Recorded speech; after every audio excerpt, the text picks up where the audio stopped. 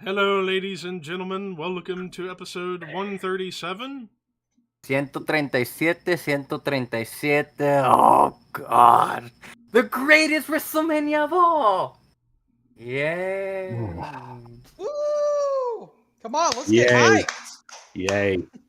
Yeah! I'm trying. I'm really trying. WrestleMania, fighting to survive, just like that. Just like that. Don't leave yet, folks. Yes. Catchy theme, but this...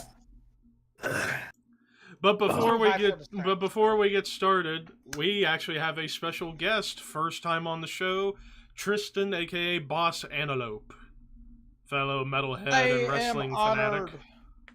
I am honored, my good gentlemen. I have actually been watching this particular podcast for almost a year and a half now, and I feel blessed. I honestly feel blessed. Hell, maybe if you pass with flying colors tonight, you can be permanent. Maybe. I'll see. If you pass the test. The test, Graham. Should I test? know? This is the test.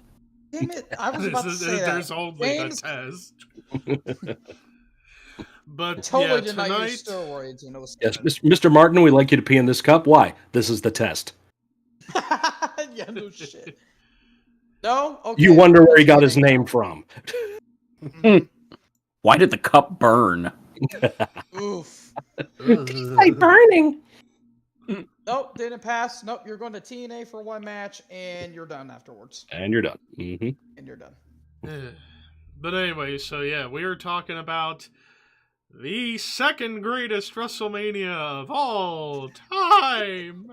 WrestleMania 9 in 1999. WrestleMania. So good they made a song for it. Yeah, which I didn't check Twitter today, and I saw that James posted the song and wanted me to have it on. It's like, hey Levi, you got one job. One job. Yeah, one job. Yeah, well, I was busy trying to prep that stupid cooking video, which might not even happen now, because I didn't like the way the video came out, but the steak was good, so at least there was that. And that's all that matters. Yeah, but I did get a couple good pictures, so I post them on Instagram. WrestleMania 9. That's right. Yes, Oh, yeah. WrestleMania 9 taking place from the parking lot at Caesar's Palace in Las Vegas. Yes. Caesar's parking lot. Yeah. Literally took place in a makeshift arena in a parking lot. A parking lot. But it did have that unique feel to it, though. Yeah, it did. Like, cool set. Unique. Everything was cool. Unique is a very unique thing to say about this show. It was the first outdoor WrestleMania. And the first really thematic WrestleMania. Yeah. True. Because you had all the togas and the The cameras. world's largest toga party! And yes, Jim Ross's debut. Jim Ross's debut was on this night. Mm-hmm. With a bit of an underrated trio. Ross, Heenan, and Savage. They only did 2 shows, which was this and King of the Ring 93. Yep. Didn't JR come in, like, around the Rumble? No, this was his debut right here. Like, literally. Okay, gotcha. Yeah, it was the time where there was the power struggle going on in WCW. They were looking for the new person in charge. Ross had been there for 6-7 years, something like that at that point, and put his resume in, thought he'd be a shoo-in. Guess what? So he doesn't get it. He says, "I'm out of here." And then for one last FU to WCW on his Atlanta radio show the week before WrestleMania, he had WWF wrestlers on it. Oh, I didn't remember that. Wow. Damn. And the radio show in Atlanta was sponsored by WCW. So technically, WCW helped promote WrestleMania 9. How about that? That's when the war started. Boss move. That was when the war started. Oh no, the war started years earlier with the I know. Survivor Series. Let him be was arcade. hyperbolic, James. Mm. Yeah, just like the war going on between AEW and WWE. Oh yeah. Right. Oh yeah, the freaking it's a rock fight. But Rock versus anyway, machine gun. so before we talk stats, why don't we talk about where the company was at this point? Well, not that great. 1993 in general, possibly the worst year in terms of the wrestling recession. Possibly. I mean, 95 was bad, but 93... 95, yeah, 95 was the only year the WWF ever lost money under Vince. But 93 was just the entire business wide. Ugh. Even WCW wasn't really doing that great around this time was the as worst well. year in WCW. WCW was doing worse. Nothing. Yeah. Oh god, yeah, Yeah. because like you could say however you feel about the Jim Herd era. It was bad, but 93 was like a complete downhill, and it will get way worse like several years later. Thanks, Russo. Yeah. Well, plus with the Jim Herd era, you still had a booker. You had Flair booking, but then Herd was constantly getting in his business. Flair leaves, then they have a committee, and that's kind of what stays as the structure behind the scenes from that point on. And by that point, the committee's like, what the fuck are we doing here now? Yeah, leave WCW in charge to a guy who used to work at Pizza Hut. Mhm. Well, that's all Turner Broadcasting. They didn't want anybody wrestling running the wrestling company. They wanted to run it like a business. And speaking of Flair, back in January, him and Perfect had that loser leaves town match, and Flair went back to WCW. Right. Mm-hmm. Mm-hmm. Yeah, it wouldn't be until the second half of 93 when WCW was starting to pick up a little bit thanks to Bischoff when he took over. But that's WCW. We're talking WrestleMania 9. And speaking of the show, why don't we go over stats? WrestleMania 9 from the parking lot of Caesars Palace in Vegas. 15,045 attendance with 14,000 paid. Live gate $1.1 million. Pay-per-view buys 410,000. Now, attendance and live gate were lower than Mania 9. However, the live gate was very close to 9, or close to 8, because, 8 had over 62,000 fans, but only 47,000 paid, and they only had a $1.25 million live gate. So the fact that a 15,000 seater could get a 1.1 million live gate compared to the 1.25 million of the year before, some changes happened. They were in Vegas and they knew they could trim the marks. Yes. Mm-hmm. And not to mention that they were starting to go in a different direction. And then they'll go back into another direction by the end of the show, but we'll get to that. Attendance and live gate lower than 8, but the pay-per-view buys for 9 were up from 8, and the reason is Hulk Hogan's return. So that's the reason this show got over 400,000 buys, and this would be correct me if I'm wrong, James, this would be the last pay-per-view to get 400,000 until Mania 14. Probably the last Mania to reach 400,000 until 14. It had to have been like another Big Four pay-per-view, maybe like a SummerSlam or a Rumble or a Survivor Series. It would have been another WrestleMania that reached 400. Maybe probably, Mania 10, I think, probably got... Yeah, maybe. And then but it's then Mania 12? Numbers went down and down and down until 14. You can also make an argument for Mania 12 as well, but even then, that was a bit shaky. I don't even think Mania 12 got 300,000. I think it got just at 300,000. And then I know 13 was under 250. 237,000. Yeah, that it just got considerably worse and worse and worse. And imagine if Hogan wasn't on this show. This show would have been under 400,000. Yep. Probably would have only been about maybe 350. Maybe. I'd say 300, basically. I just looked up the buy rate. In North America for Mania 12, it was 290,000. So just shy of 300. But yeah, with all that said, let me pull up the card because I actually completely forgot to do notes for this show. We had a dark match of Tito Santana versus Papa Shango, the first match that JR called in the WWF, because years ago they put on the network this dark match with JR calling it. And he didn't know some of the wrestlers' moves because he hadn't seen them before. But that was the first match, and Tito got a WrestleMania win. For the first time since one. Yeah. Yep. Now, big question: did Papa Shango Mrs. Q in this one? No. It's kind of funny how 1 year can change. Where Papa Shango Mrs. Q, the run it at the last minute of 8, and he's treated to a dark match here. I mean, there's why he was in a dark match, because they don't want to see the fucking disaster that happened last year before. And I should note that one match was taken off of the show. That was Bam Bam versus Kamala. Yep. Because that was advertised for the show, and it was pulled for time constraints. Card substitute change, people. It's a bitch. I don't even know if that would have made the show better or worse, because Kamala was kind of on the, not say like decline, but he was starting to turn. He was on his way. Bam Bam, Days were behind him at that he was point. on his way out, and Bam Bam was he on was the like rise. a fresh.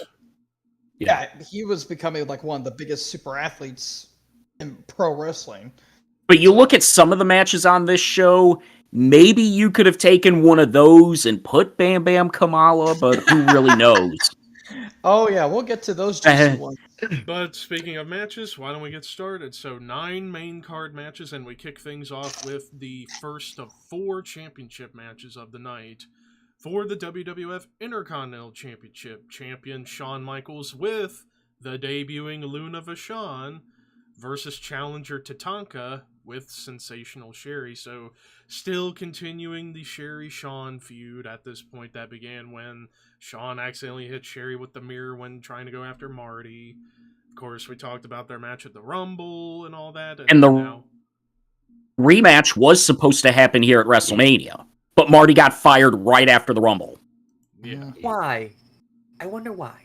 And allegedly killed someone in the back alley. Allegedly killed someone. Yeah.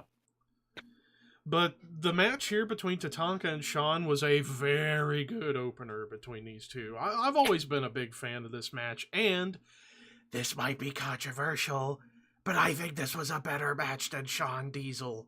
Ha ha ha ha ha. Uh-oh.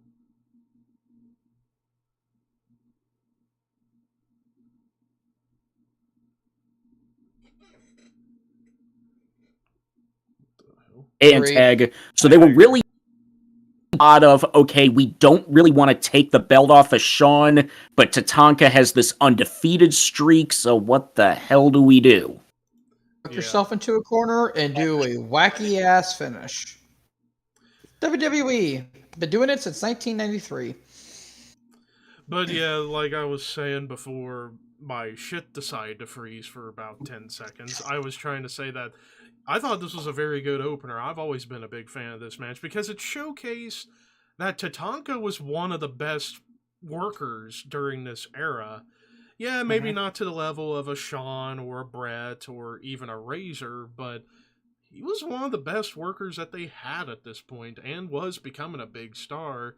You could argue they could have given him the belt here, but at the same time, just in case they were going to get Marty back, that's why we got what we got. But, and this might be a controversial opinion, but I don't care. This was better than Shawn Diesel at 11. Because at least you didn't have a botched finish. Ah! Well, You had a screwball finish. So. Yeah, you had a screw finish, So, but I'll take like- a screwed finish over a botched finish. But that's just... And Like a screw over a correct me box. if I'm wrong. Is this Tatanka's only Mania match? No. Oh, I don't think so. yes. It Yes, was- it is. No, No, but wait, no, WrestleMania it's the 8. second. WrestleMania 8, Mania because 8. he wrestled Martel at 8. Oh yeah, that's right. I had almost forgotten that, but it's like, Well- Yeah. It had to follow Savage Flair, so that's why we. Yeah. It was the death spot. It was the death spot. Yeah. Oh, we just put out the best match in the entire card. Oh, here we go, gentlemen. Try and follow that up. Have fun. Hey. Yeah. But in the end, Tatanka defeated Shawn Michaels by countout in 18 minutes 13 seconds. Moving on from there, we get a tag team match. For match number 2, we have the Head Shrinkers, Samu and Fatu, with Afa of the Wild Samoans, versus the Steiner Brothers of Rick and Scott. Now, these two teams, no strangers to one another. The connection back to WCW and all that. And they showed why they have great chemistry. Really good fucking tag match with... Yeah, it almost was disastrous, but it was such a sweet fucking ending with countering the big crossbody off of... I forget, who was it on the bottom? It was Rick. It was Fatu on the bottom.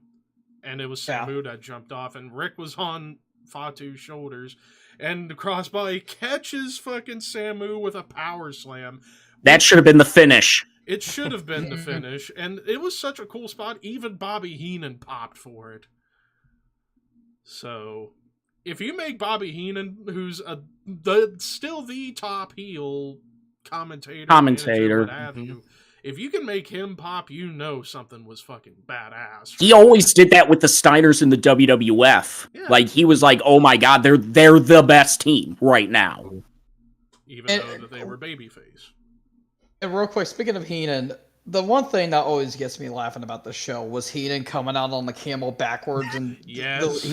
No, we forgot to talk about, like, the first 9 minutes was the big introductions. You got JR's intro to the WWF.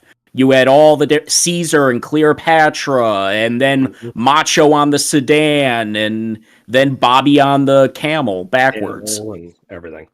Yeah, they could have cut it. They could have cut it all. They could have cut that and put, Bam Bam and Kamala, but Heck, they could have put Tito versus Papa Shango. Papa Shango. True. Or the obvious answer, Tito and Bam Bam against Papa Shango and Kamala. I mean, you could. That sounds like a It would have glorified been Raw Kamala match. and Tito versus Bam Bam and Shango, because Kamala was babyface. Oh, see, who gives a shit? That's why I think. There you go. It's called a joke, boys. Get with me here. Come on, only been gone a week. Come on. Don't patronize me. Show your face and do that. I dare you. Ooh. But in the end, the Steiner brothers beat the Head Shrinkers in 14 minutes 22 seconds. So first 2 matches delivered and then some. So you think we're on to a great show. Well, that would not be the case, 'cause up next, up next we have Crush versus Doink the Clown when Doink was cool. but he was creepy as fuck. Born. Yes. Yeah. Like, Evil Doink was great. Yeah. Fantastic. And the fact we didn't get an Evil Doink versus Undertaker feud is criminal. Like, would've that been could... amazing. People think that that's crazy talk, but it's like, you look at Doink, early Doink, and The Undertaker, it would have worked. Batman and Joker of WWF. Mm-hmm. Oh god. And It would have been admit- it would have been a modern equivalent if he was still in the company of Aleister Black against Bray Wyatt. in a way, yeah. Since, yeah.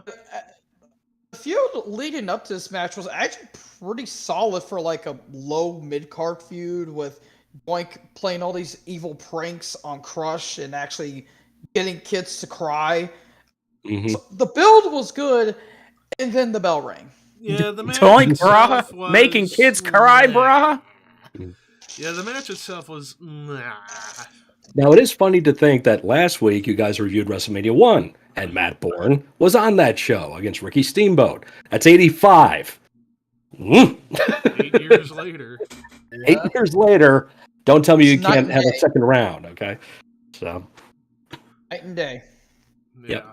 because Bourne had done, after 85, he was Drugs. Portland and World Class and WCW. WCW, Big Josh, we know. But, he had all Average Josh. Yeah. Mid-card dude. Nothing major Josh with the him. Bears. With the big Yep, bears. Bears, yeah. But the ending to this match was pretty cool. The double doink spot.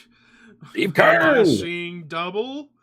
Yep. And then the real doink hitting Crush with the armful of batteries. It's an illusion! Mm-hmm. I thought it was a prosthetic arm he was beating Crush with. Yeah, but it was filled with batteries, I think. Oh, okay, gotcha. Yeah. But in the end, Doink defeated Crush in 8 minutes, 28 seconds. Moving on to match. I got to do shows with Ray Apollo when he was Doink. And he was like the most like chill dude. First of all, you did not fuck with Ray. You did not fuck with Ray, okay? Because he was like a shooter type dude and like from New York City, so you did not mess with him. How you doing? Nice to meet you. Nice to meet you. The minute he got into the outfit, became the biggest freaking jokester, was like cutting it up with everybody, was smiling, was laughing, and you really was like, that's when you were really scared of him. Beforehand, it's like, oh, nice to meet you. He's all very quiet, very like, how's it going? I'm Ray. Nice to meet you. I'm Ray. Okay, that's Ray. Okay, cool. And he was in good shape too at the time. And then he puts the outfit on. He's like, hey guys, what's going on? He just starts doing all jokes and stuff like that. Hey, look at this. Because I was an actor at that time, and I was like, "Oh, I'm introducing him. I'm like, please don't fuck with me. Please don't fuck with me. Please don't fuck with me. Oh, you not want to run free me from this ring because I will. Pull it in the bag. I'll put in the bag. That's right. But yeah, he was cool. He was nice. But now on to match number 4, we have Bob Backlund versus Razor Ramon. Now, what reason? Why was this on this show? Yeah, we were beyond the days of having enhancement matches on pay-per-view at this point. Or so you thought. Yeah, and we get an enhancement match here. It's like, you would have thought that after the Royal Rumble and when Bob Backlund had his performance of 61 plus minutes, they would have done something bigger with Backlund on the show. Well, that was not the case. Instead, it's like, hey, you're going to put over Razor in under 4 minutes. Okay. In the long term, though, it worked because if you think about it, Razor defeated a former WWE champion. And Backlund, didn't he just come back in like late 92? Yeah. At the end of 92 and in the Rumble, yeah. Yeah, so in the long term, they could have made a thing where, oh, I was a former WWF champion, you're a new up-and-comer, I want to, teach you some lessons because, let's say, Razor has been, like, kind of messing with Bob and calling him an has-been and an old man. Cocky, like he had. Yeah, and all that stuff. But no, they just had a story enhancement match. It was just thrown on, and it's like, oh, by the way, WrestleMania, Bob Backlund versus Razor Ramon. Plus now, more great matches. If this happened in 94 when Backlund went all mental, this could have been a great match. It could have. This was. Yeah. It really but this is still babyface, all-American boy. Bob and the Backlund. Fans were cheering Razor. Yeah. Doesn't help.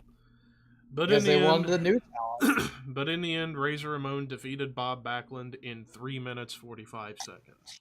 And anytime he had to, Scott bumped his ass off for him. He really did. Yeah, Take he the did. tosses like crazy, like he was being thrown.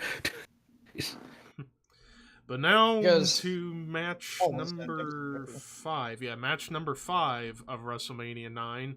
The second of 3 championship matches of the night for the WWF Tag Team Championships. Champions Money Incorporated of Ted DiBiase and Erwin R. Shyster versus the Mega Maniacs of Hulk Hogan and Brutus Beefcake with Jimmy Hart. All I'm going to say about this match, and I'm going to say it as slowly as I can, this match went forever. So now, originally, this was supposed to be Money Incorporated versus the Nasty Boys. They'd been building that up since the fall of 92 when the Nasties turned babyface. But then Hogan comes back and he decides to take his friend's spot. And wasn't the rumor that Hogan was actually going to win the tag titles, but he said, "No, that don't work for me, brother." Rumor, I don't know if there's ever been confirmed.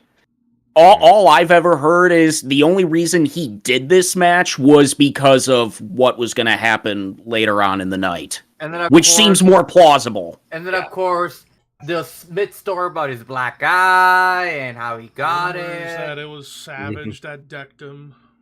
Yeah, I don't buy that. Or it was a weightlifting accident. One of the weights landed on Jet him. ski. The jet ski accident. That was the initial rumor. The initial rumor was all jet ski talk.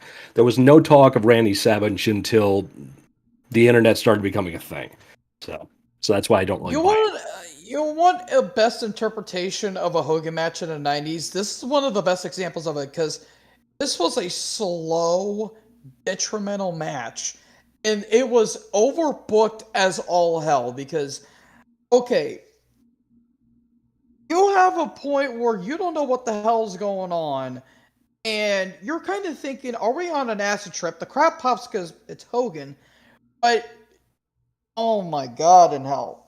I talked about this when I reviewed all of Hogan's matches. I almost lost my mind because I didn't know what the hell I was watching, but this match sucked. It was not a good match. Beefcake can only do so much.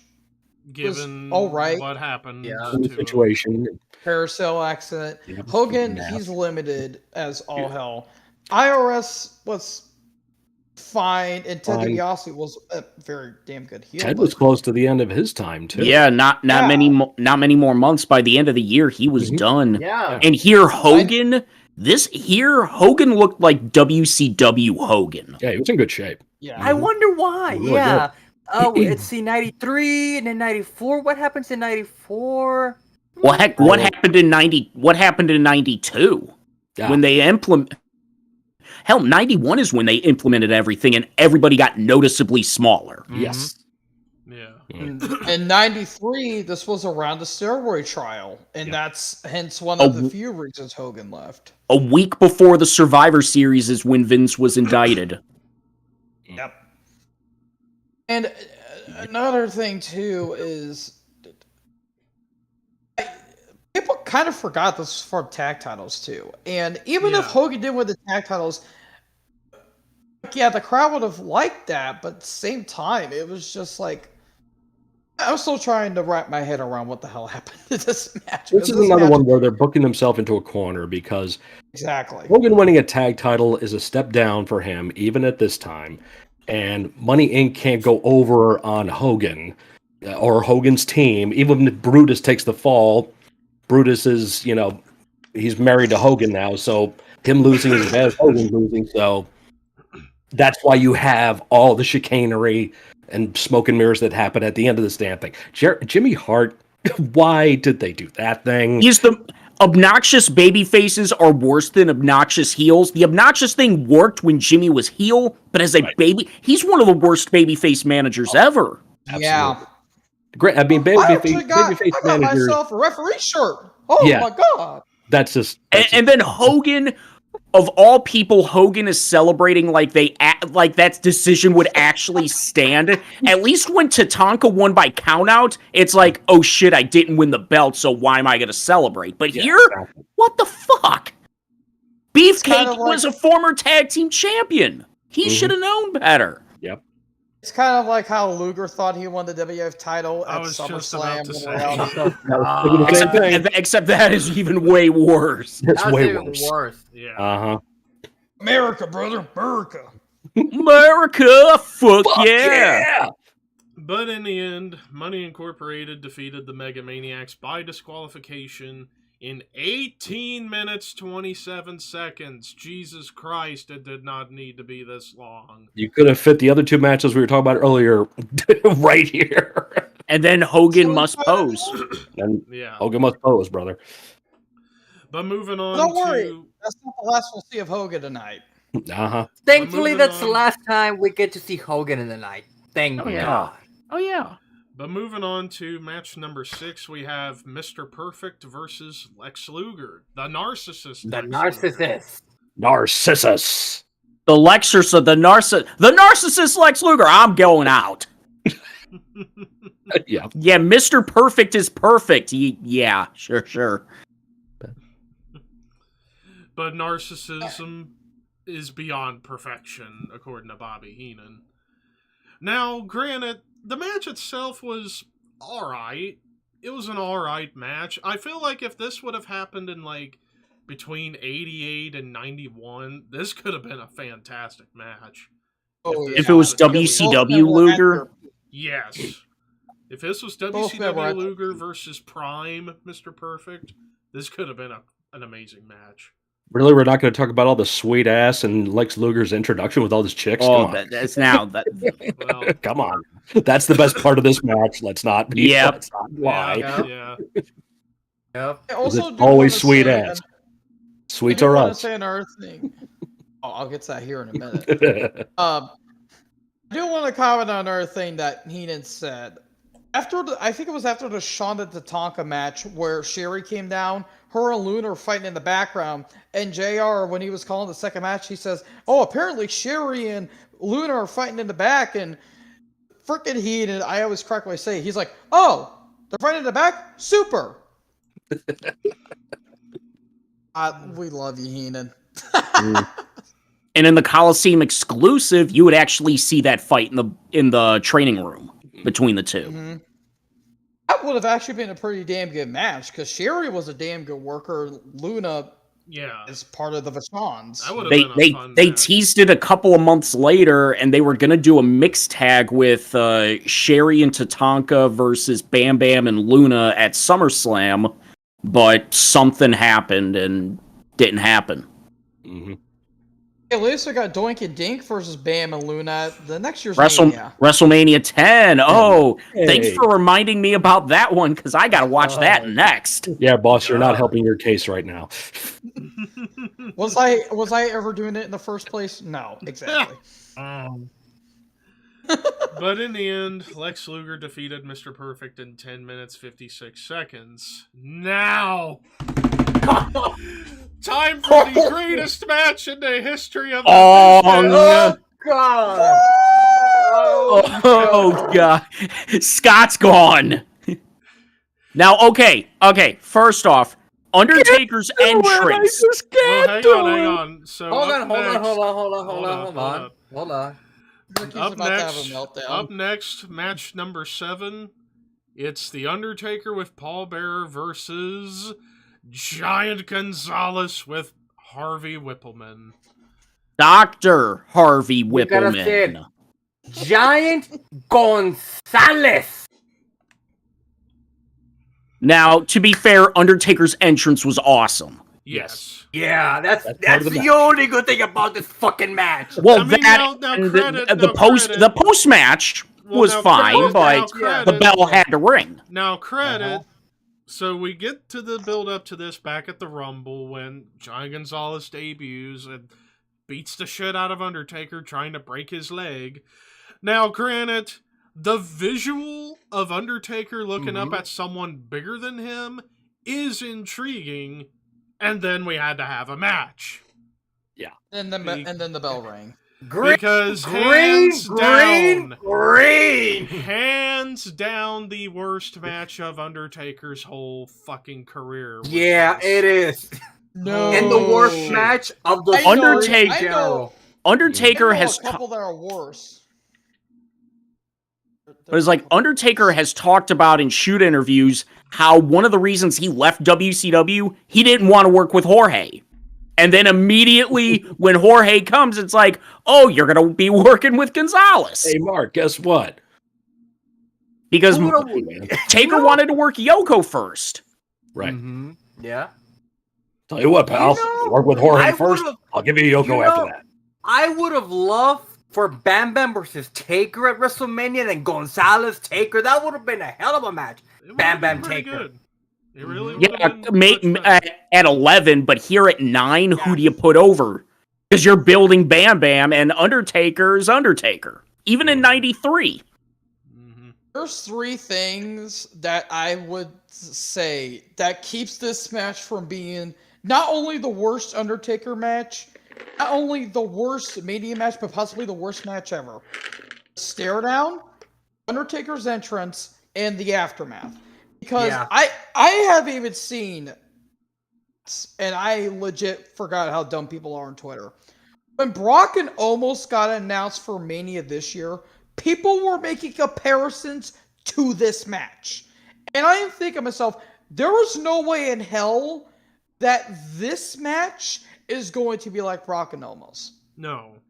Oh, no. You can't. No way. Because Gonzalez was never good as a worker, and Taker was still this undead zombie walking character. And this match is a top 10 worst Undertaker match. But the reason I say it's not his worst is because A, he was still in his prime, and B, he was still developing his character. Him versus Boss Man is the worst match that Taker's ever had. Because, one, that match was longer than this. Yeah. Two, both men were way past their prime. Undertaker was injury riddled in 99. And three, it did not have a Hell in a Cell match. Think about this in a cage match. Jesus Christ. Again, put me down the in ending of that grave. Hell in a Cell match, you get the visual of Bossman being almost hanged. Hung. Yeah. Yeah. Mm-hmm. Okay, we've talked about this. We've been talking about this match for way too long, more than But the actual match itself. this Can we match- But please the move on? finish. But the The finish. finish. A which- chloroform rag with an 8-footer. That is a bitch heel move that Yeah. smaller heels Shit use. heel move for a giant. Like, how do you kill a giant for 500, Alex? Get some chloroform in a rag and just knock him out. And then, And then take all bullshit for sorts of 200 bonkers afterwards. And this Taker is being also- carried off on a stretcher. That was an interesting visual. But then gong, and he Gong, comes out from out the he dead. comes. Okay, the post match was sweet, Yeah. Yeah. but Post match should have been the match. Mhm. If they had done a gimmick where they say Giant Gonzalez comes to the ring, they start like Undertaker cannot be found, so we're going to start counting, and they start doing the count, and then at 6, bong, and then he starts staggering out like he got beat up in the back, and then he comes out, beats the fuck out of the thing, and the referee like throws it out. That should have been the fucking match. and that would have worked. People would look back more fondly on this. Mm-hmm. As one of those, like, oh shit moments of the streak. Yeah. And then you explain that, Gonzalez beat him up with a mystery person, and that's how you bring in Mr. Hughes. Bingo. Yep. Even when I was watching the Undertaker streak little thing that they did for DVD. on WWE. Yeah, the DVD. Yeah, when they were showing that on Netflix. Even when I watched that match, I think it was like 9 or 10, and I was getting into wrestling. I even thought that match sucked. Like, the freaking suit Gonzalez has is so eye-bleaching. It's we don't need to see a man's ass crack in a bodysuit form. We did not need to see the freaking fur around the wrist. He looked like he was about to turn into a werewolf. I swear to God. He really This did. match blows. This match blows. Watch this match only for the visual of Taker and The Gonzalez staring entrance down. and the post Taker's match. entrance, Yeah. the post match. When the bell rings, hit fast forward, and then when the bell rings, hit play. Yep. Mm-hmm. But in the end, The Undertaker defeated Giant Gonzalez by disqualification in 7 minutes, 33 seconds. But Hopefully this thank, feud didn't go on. Moving on. yeah. But thank God we are now at the main event of WrestleMania 9. The third and final championship match of the night for the WWF Championship. Champion Bret Hart versus challenger Yokozuna with Mr. Fuji. So we talked about with the Rumble, Yoko winning the Rumble, setting this match up. Bret had just gone through Razor, and here we are. Now, couple of notes to talk about here. When they did the WrestleMania 9 brunch, they were setting up a possible Bret Luger feud down the road because they did the thing where Luger knocked Bret out with the steel-plated forearm during the brunch, like teasing, like, could Luger get involved in this match somehow to set up that feud? But alas, it didn't happen. Now, the match here was actually a really good match between Yoko and Bret. But then we get to the end where Yoko decided to go home early by about 5 minutes, and they had to rush through the ending sequence so fast that Fuji was not ready for the salt Not spot. ready. Not ready. And you can tell. Brett was watching Fuji with the salt. Yeah, and then hits the salt in the face. It's like, what was Yoko thinking? Like, I love Yokozuna to death, but why? Oh yeah, Why? I think because he probably got tired. Yeah, he probably got gassed because he was starting to put on the pounds at this point. At that point, yeah, he's way too big. And trying to work with Brett had to slow way down. And work with initially, to Big Brother Yoko, but goddamn. Initially, when this show was being first before Hogan's big return, Brett was going to go over Yoko.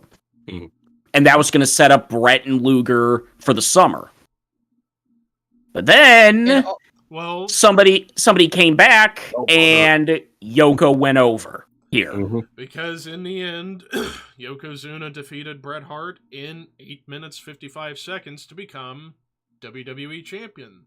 And ladies and gentlemen, that's WrestleMania 9. Thank you. Good night. Oh, wait a minute. I think we forgot something. He's catching in! He's catching in! Your Majesty. Yeah, okay, fine. Wait, credits? Credits! Where'd you go? Wait, the show's returning.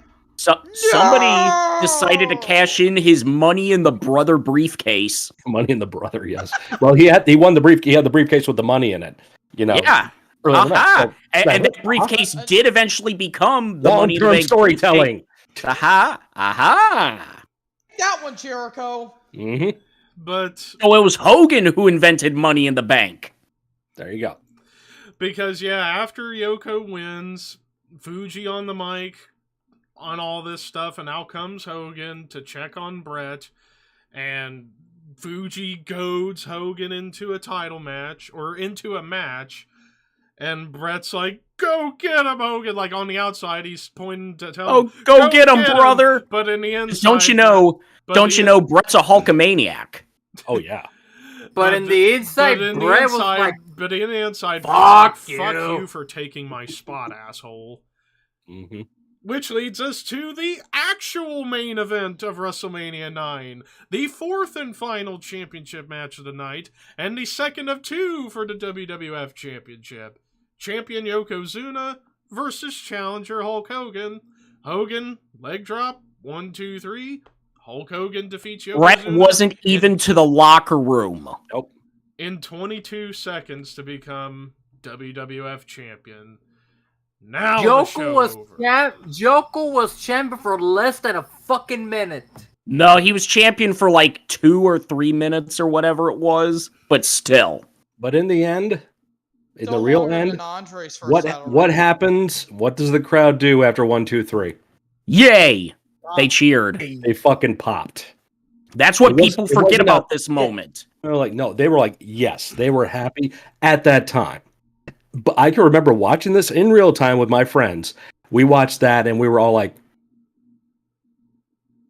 and we're back to square one. Did that happen? What? Oh, okay. All right. What about Brett? I can defend this match in a way. If it was to set up Brett versus Hogan at SummerSlam, where after this, Hogan would actually go to Japan and he would just talk everything but a child of God to the WWF title, saying that's a toy. I want the IWGP World title. And I talked to Scott about this. Yep. They could have done an angle with that, where you effectively turn Hogan heel, saying, I don't care about the WWF title. I took it because I've had it for so long. It's like a drug. I'm addicted to it. I am not who I am without the WWF title. But you also have Brett saying, well, you took my spot after I lost to Yoko and all that stuff. Could have done an angle with that. And if the rumors were true, it was going to happen at SummerSlam. You have Brett go over there, and Hogan goes to Japan and eventually goes to WCW. Could have done something. But no, this fucked over Brett. And I don't blame Brett for hating Hogan to this day for it.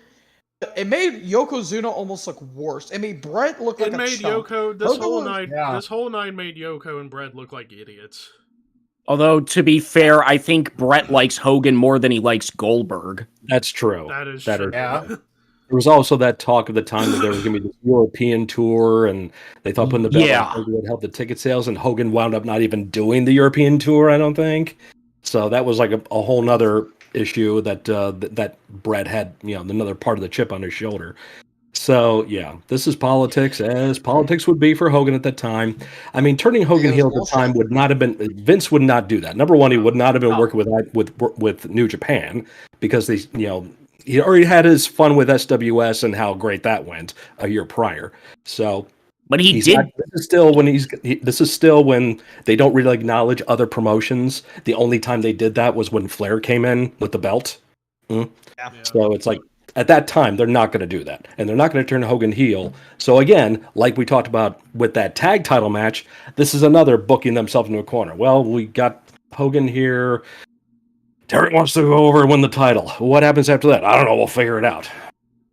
All right. And the big factor of matches and WrestleManias and pay-per-views is rewatchability. And this whole WrestleMania, in my opinion, has none. No.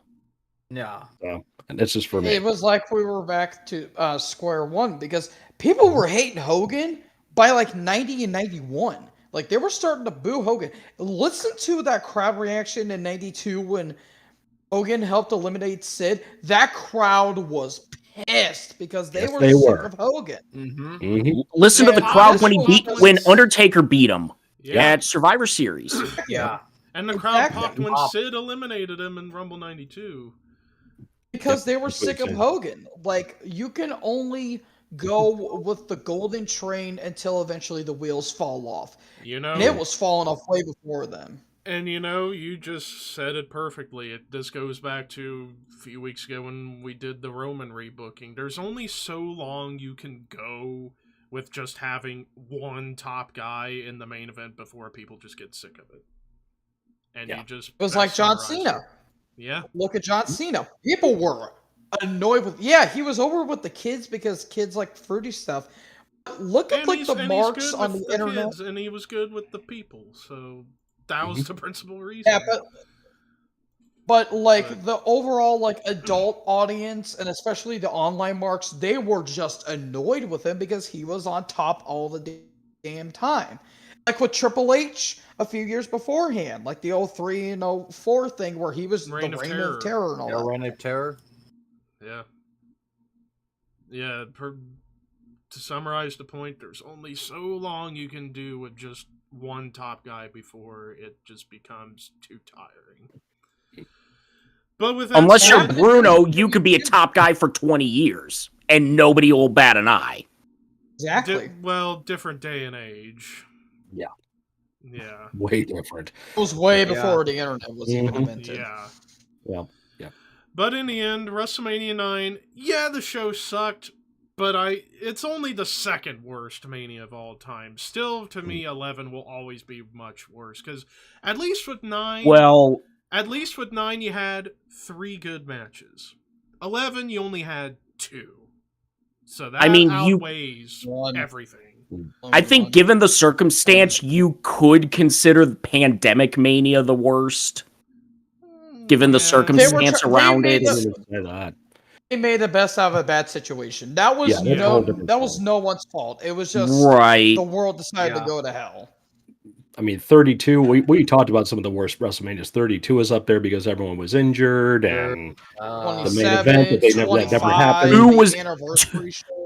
2 was bad overall. 15 was bad. 15 bad. Yeah. 13 was one amazing match away from being the worst. Yeah. Because it had the submission match not happened, the best match would have been the Chicago Street Fight. Which still a hidden gem, but not enough to say that show. No. I'd argue Mania 34 was actually not that good of a show. Besides a couple matches, That show really wasn't that great. 34 was good, but too long. Same with 35. Yeah. Good, that's but way too fucking long. 35 was 35 long as hell. Mm-hmm. I feel like it's still going on. Yeah. But, yeah, easily top 2 worst, 9 at second, 11 at 1. There you go. So, check the show out if you want to say you've seen every WrestleMania, but after that, aside from the opening 2 matches and Yoko Brett, skip this show. Take your entrance. And also the visual. The stare down, and you have to turn for the match. That's it. I will admit the spot where Brett put Yoko into sharpshooter was pretty cool, even though it didn't look like it was hurting Yoko at all. It was a cool visual. There's only so much you can do with a guy who has big legs like that. But now on to favorite, least favorite, sleeper, and shocker. For me, favorite, Shawn Tatanka. I've always loved that match. I have no favorites on this show. Nothing on this show impresses me. I guess. Favorites, favorite's the tag match for Head Shrinkers and the Steiners. That's tag match was nothing we hadn't seen WCW already. That's why I'm just like, Because at least with the Head Shrinkers and the Steiners, there wasn't a screw finish. Yeah. That's valid. Yeah, that's valid. That was one of the only clean finishes on the night. Yeah. Yeah, no doubt. DQ count out. Yeah, this you had of all your title matches, you had a count out, a DQ, then you had the DQ with the Undertaker. Is like holy crap. Mm-hmm. Didn't do one pay-per-view when almost every single match ended in like a DQ or count out years ago? If I remember correctly. I have no idea. But anyways, yeah. Least favorite, Taker Gonzalez. That's a no-brainer. That's easy. Actually, I have one worse. Hogan and Yoko for the sheer fact it killed the entire killed the company. Because Taker Gonzalez was shit, but at least it did not sacrifice your world champion. Because it made Brett look like a chump. It made Yoko look like an idiot. And Hogan was back on top. And it's like they're back to square one. Yeah, but again, in the moment, that's... I understand where you're coming from with that, Boston, but that's looking, through hindsight's 2020. In the moment, none of that mattered. None of that mattered. Hogan was still a draw. Regardless what you think in the moment at the time, that's why you had stuff like that happen, because nothing else was drawing at the time. A little bit of kayfabe out there, so at the time, it really wasn't that big of a deal. Again, with that's why I still say at least Taker Gonzalez did nothing for Taker Gonzalez did nothing for anybody. Nobody got over. Nobody got heat. Nobody cared. In the main event, that whole thing, Hogan got over. Yeah. So. Yeah, but that's from a long-term standpoint, that's the main event. That's kind of it's irrelevant. If it's your personal least favorite, yes, I give you that. But sleeper. And then my sleeper, I'm gonna go Yoko Brett. Sleeper, Perfect versus Luger. I guess. Versus Shawn for me. A sleeper for Perfect and Luger only because of that sweet ass in the intro. Sweet ass.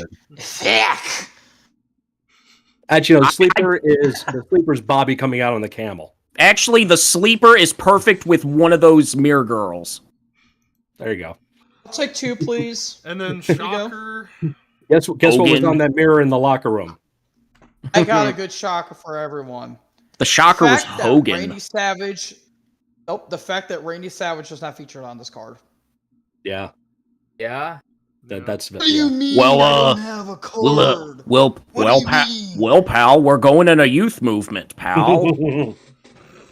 Oh yeah, that new guy. You got the one over with the belt in the main event. Yeah, real young right there. Yeah, spring chicken I see right there. Fuck you, Hogan. Cup of coffee. Look at me, Mean G, when I'm talking to you. Yeah. Shock probably Scott, I was working on my damn Savage impersonation and you ruined it.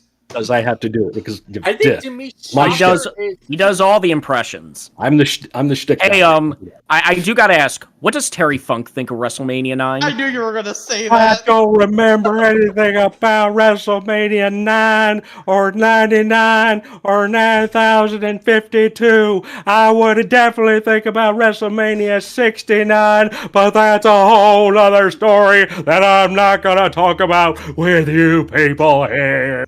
Oh God! It's a shame.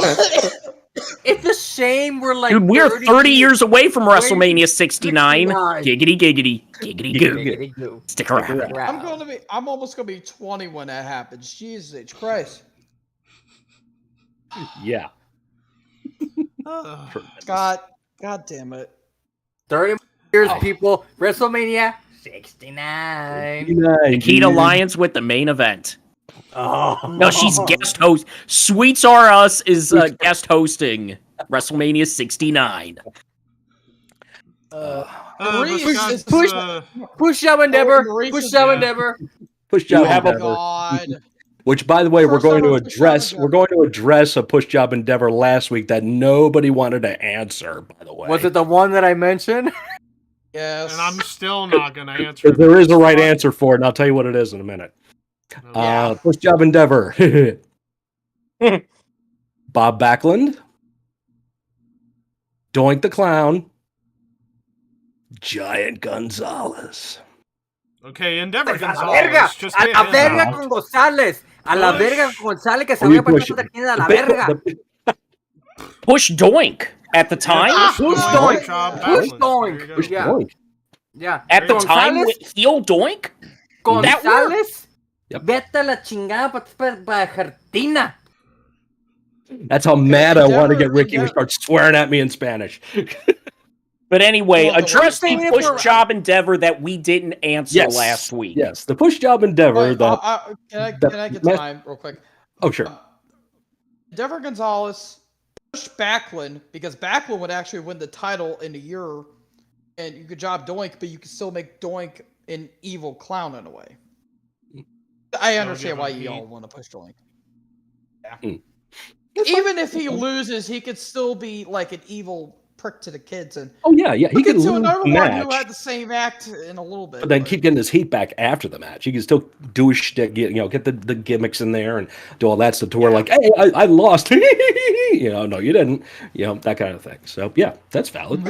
See, and the way jobbing Backlund, the more he loses, the more he descends into madness. To where when he loses to Brett, snaps. That's funny. Yeah.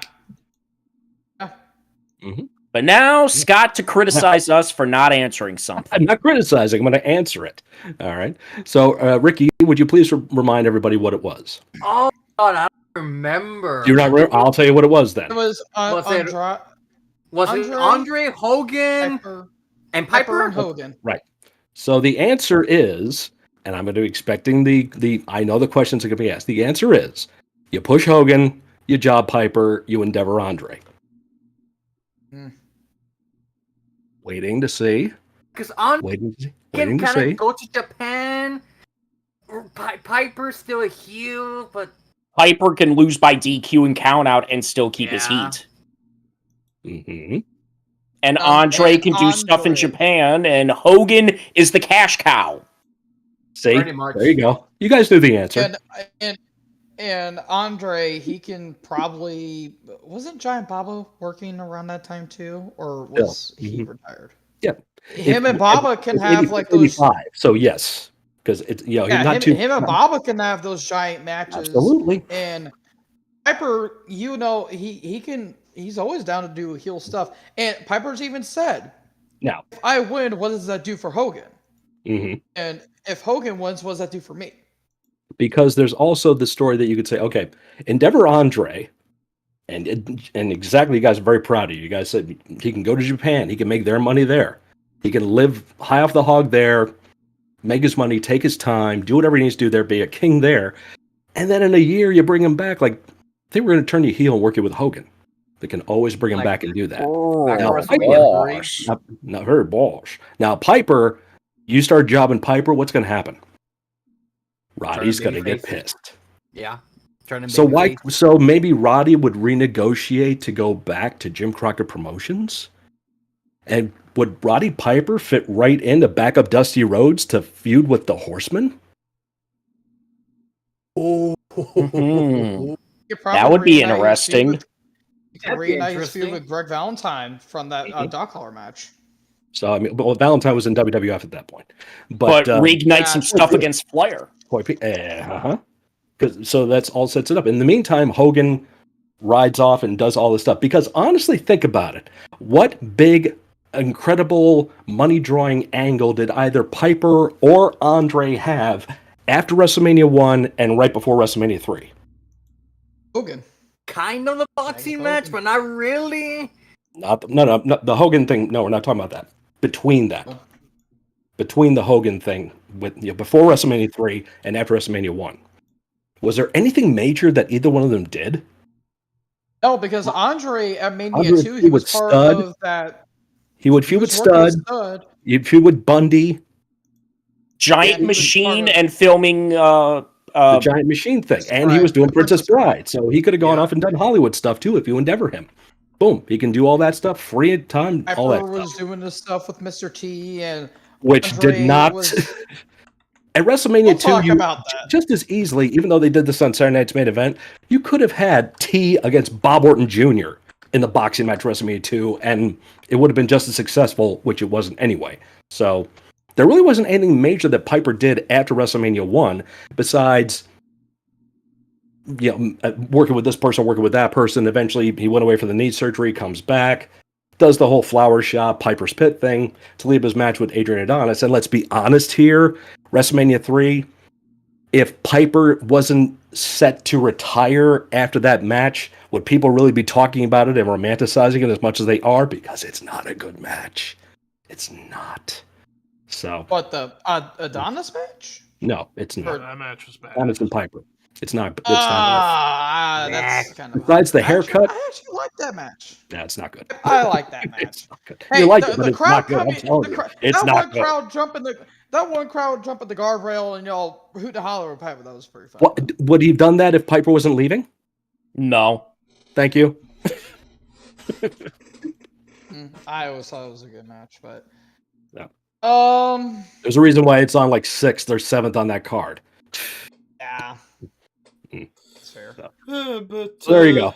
You're welcome. This week in wrestling, well, we had the pay-per-view Revolution from which I will give them credit. They had a pay-per-view end before midnight. Yeah, amazing. Yeah. Mm-hmm. Do that more often. I watched that show, and I'll be honest, I was very critical with that show because I've said this, I did a review of it, I even said this on Scott's stream. That was a one-match show, and one match only. Everything else was either crap or I could care less about. Because that show was the epitome of that build. Shit. Yeah, main event. They did right in the main event.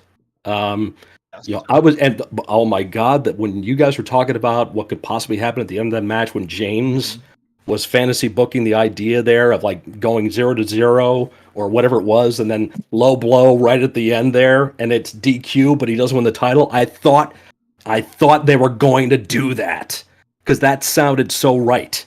That sounds exactly like something they would have done. All of Brian's falls be like DQ or count out, but it's like, hey, don't matter. It's not a pin or submission, so I keep the belt. Yeah, so that was a great idea. And I thought they were going to do that, but the fact they went overtime and fucking Daniel tapped. Oh my god, that last couple of minutes was so damn intense because Shivani was basically about to have an aneurysm. He's like, "Come on, you little shit, tap out!" I want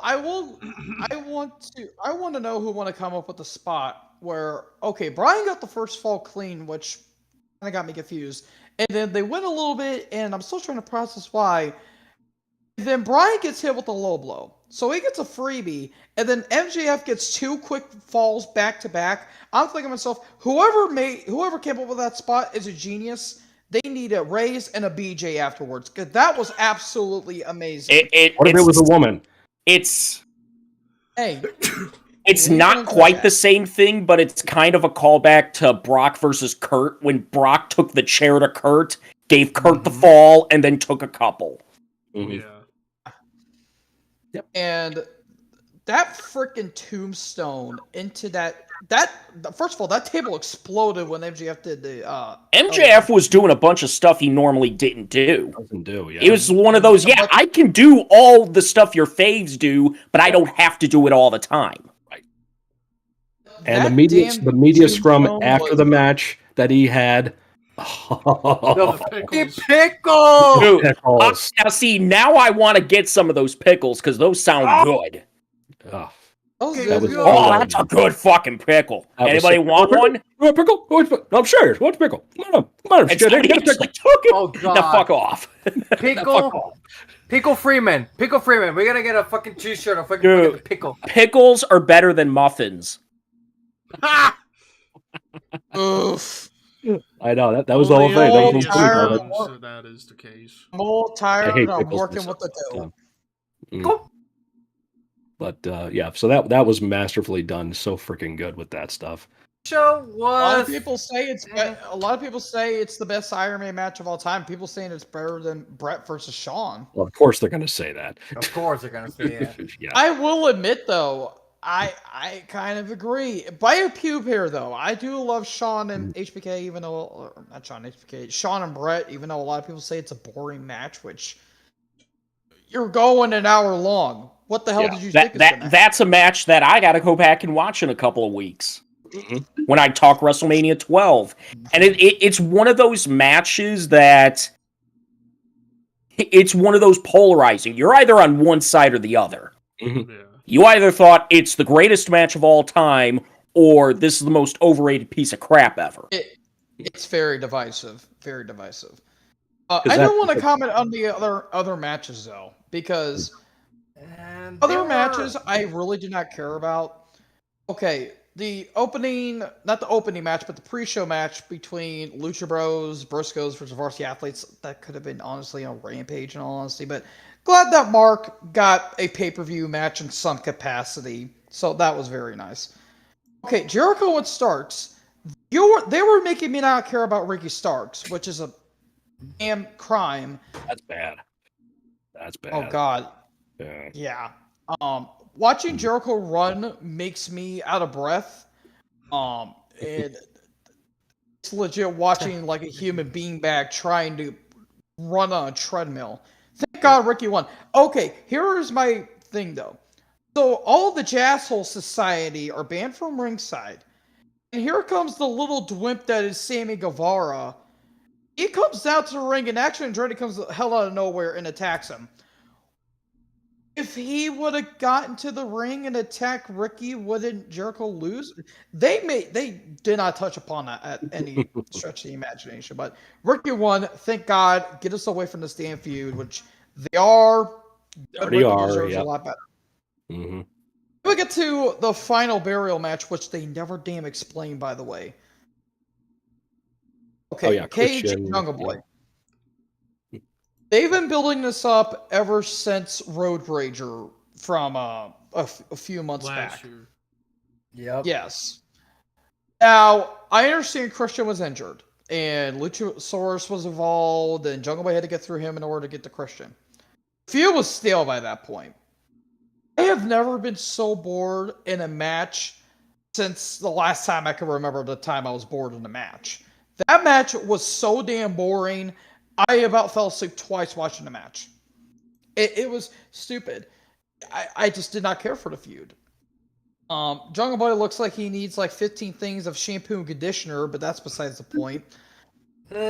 Jesus Christ, dude, that hair is so damn curly. It's like that.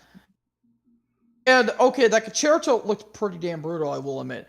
And then the ending of the match was so Bugs Bunny-ish, where okay, Christian gets the casket slammed on it, and then okay. There would have been a crash pad down there, because if not, then oh boy, Christian would have been in hell for that one. Then I think the Trios Tag Title match was next. One of the most worthless titles ever. Another title that why? Is it have either a trios belt or a tag belt, but don't have both? No. I did not care for the match. It was a elite match, therefore it's the same shit, different day. This was the bone they were throwing at Alistair, Malachi, whatever, just to say, please don't leave. You gotta that. I did like how they did treat Brody like a monster, and House of Black win. Cool, you win one of the most worthless championships in recent history, besides the All-Atlantic. Oh, I'm sorry, the International title. Yes. International. Wait, what? I think the TNT title's even more worthless. Yeah. Oh yeah, we'll get to. We'll get to that next too. We'll get to that. Mm-hmm. What was that? What was after? Wasn't the death match next? No. It was the women's triple threat. The women's triple. Oh threat. yeah, the women's. Yeah. Yeah. You have Saraya, the good old Sleeky Neck Saraya, known famous abuser defender. And you have Ruby Soho, and you have Jamie Hayter. Okay, quick question: why was Toni Storm not in this match? Yes. She has been reduced to that. When Saraya was not botching every damn move every 5 minutes, it was not bad. And okay, Jamie won, thank God, because Hayter's great. And then they pull a swerve on us. Ruby's joining with them. Ruby turns heel after she just wrestled Saraya on Jamie Hayter to join Saraya and Tony. And you know what I think? This is probably going to lead to a blood and guts with the women. Guts match, yeah. The original women versus the incoming new women. The originals versus the outsiders. The new breed. And blood and guts. Doesn't sound the same. Blood and guts. I'm sorry, I can't. It doesn't sound the same. It doesn't sound as good. Yeah.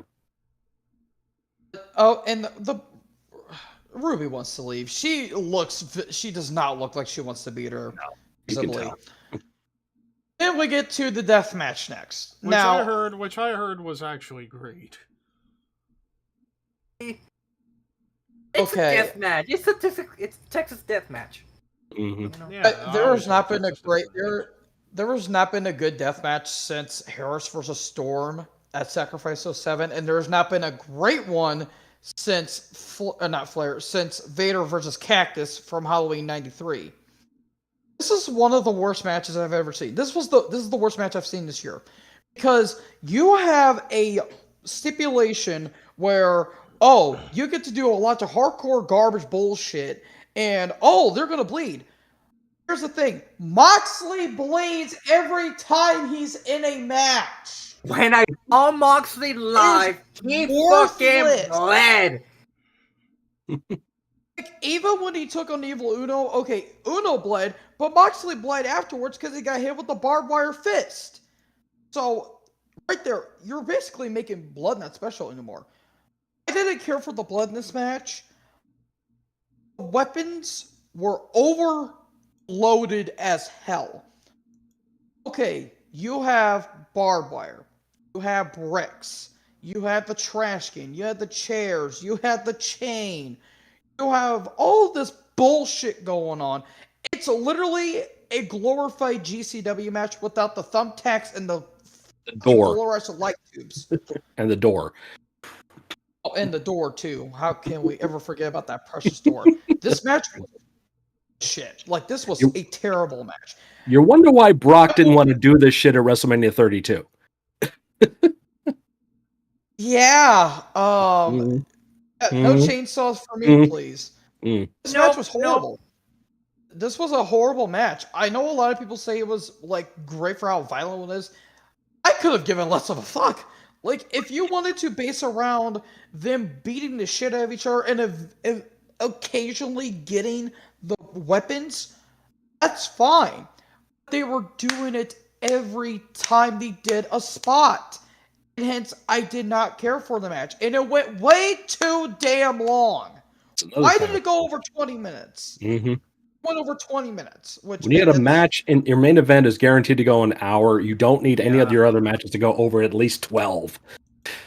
Exactly. No match should have went past 15, and 4 of them went over 15? Something like that. So, yeah. Ridiculous amount. Each wins. This feud's still going on, apparently. Yeah, it is carried over on Rampage, or on Dynamite, excuse me, but still. Apparently, they're turning BCC heel. Yes. Apparently, that's what they're doing, folks. And then what else happened? Wardlow. We had the Wardlow. Yeah, the TNT title match. Which why was that match competitive? Why? First of all, why did the match go over 10 minutes? Second of all, they have completely neutered Wardlow more so than they did beforehand. Because, okay, I understand what the story they were trying to tell. Okay, Wardlow beats Joe in a very anticlimactic fashion. Them get the choke on. Wardlow wins, and apparently the stuff about him getting his car stolen into, all of his gear, and the title got stolen, all that stuff. Okay, that sucked, and whoever did should be brought up on charges. You're going to tell me, not even a week later, he is already having the title taken off him because Hobbs. Yep. I love Hobbs. Don't get me wrong. But someone made a point about this, and I 100% agree. Should have kept the title on Darby. Have Joe and Wardlow have their little feud, finish it off for Revolution, and then Darby can lose the title to Hobbs. Why couldn't you just do that? Like, it's like, where was Darby at? Why wasn't he on the show? Yeah, he's one of the pillars of the company, I thought, but he's not even. Which apparently the next, I don't know where I saw it, they're thinking of maybe wanting to do a pillar match with all of them. Yeah, I've heard of that too, yes. Yeah. That's a thing for them. It'd be interesting, because the Pittsburgh Plunge match from WCW 2000 was such a great success. Oh my god. But and the thing with Wardlow, he was white fucking hot last year.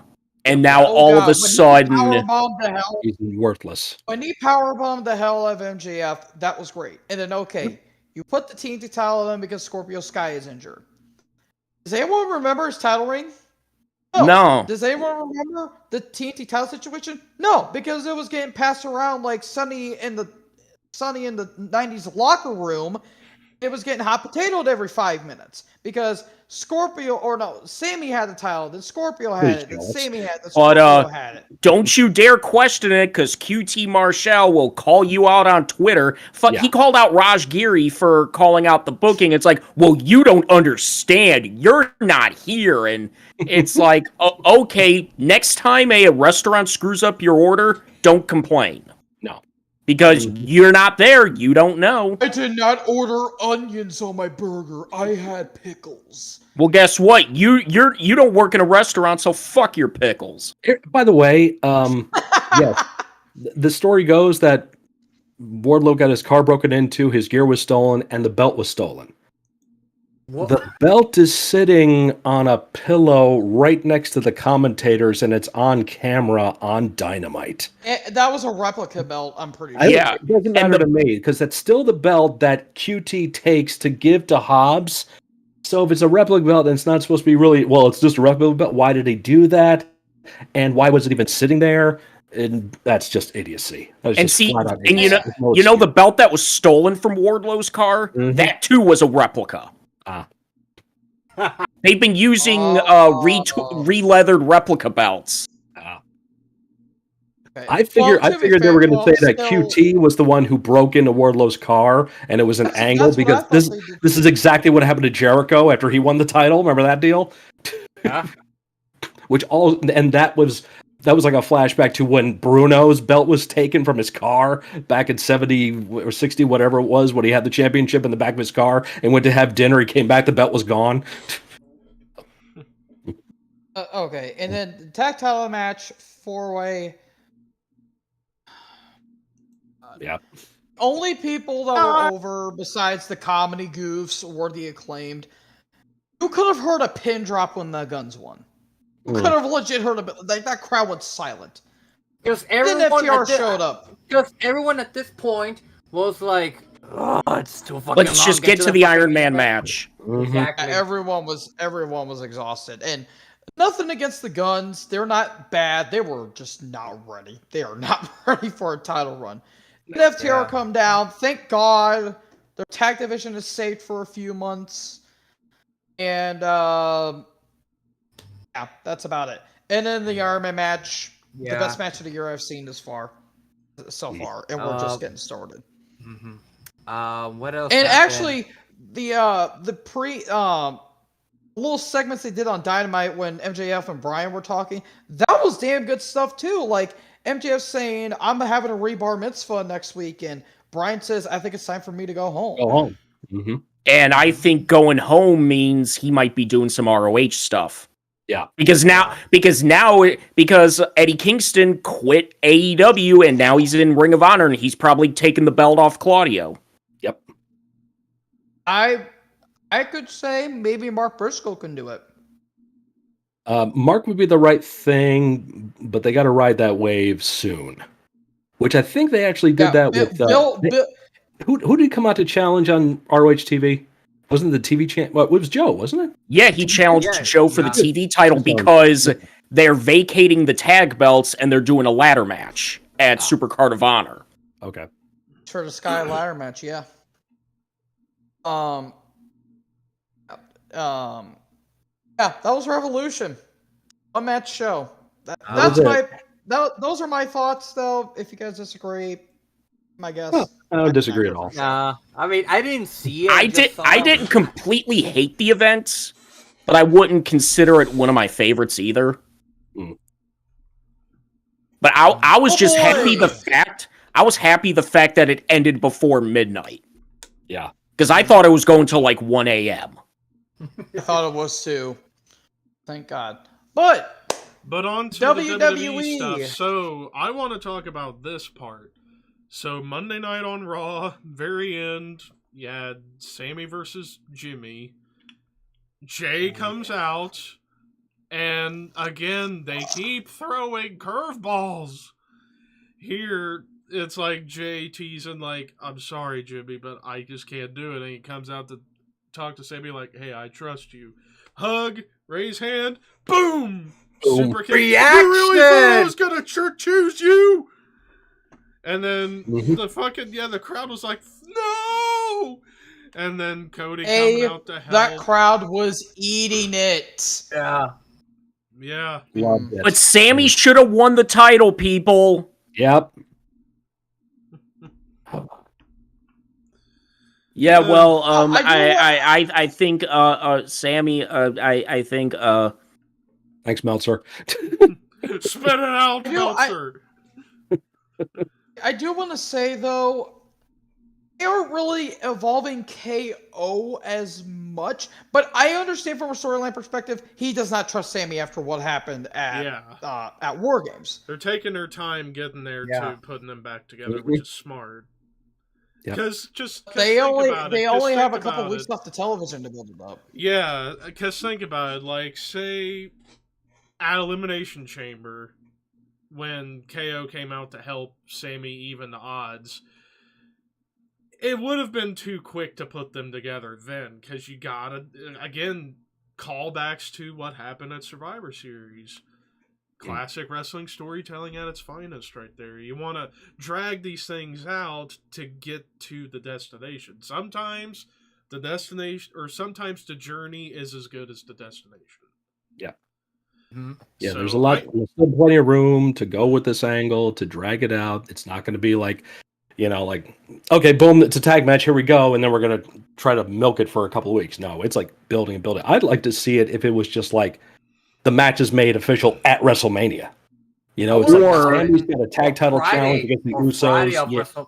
The Friday, whatever it is, that's close to the event as possible, where KO finally either accepts the offer or says, I'll be there and I'll let you know.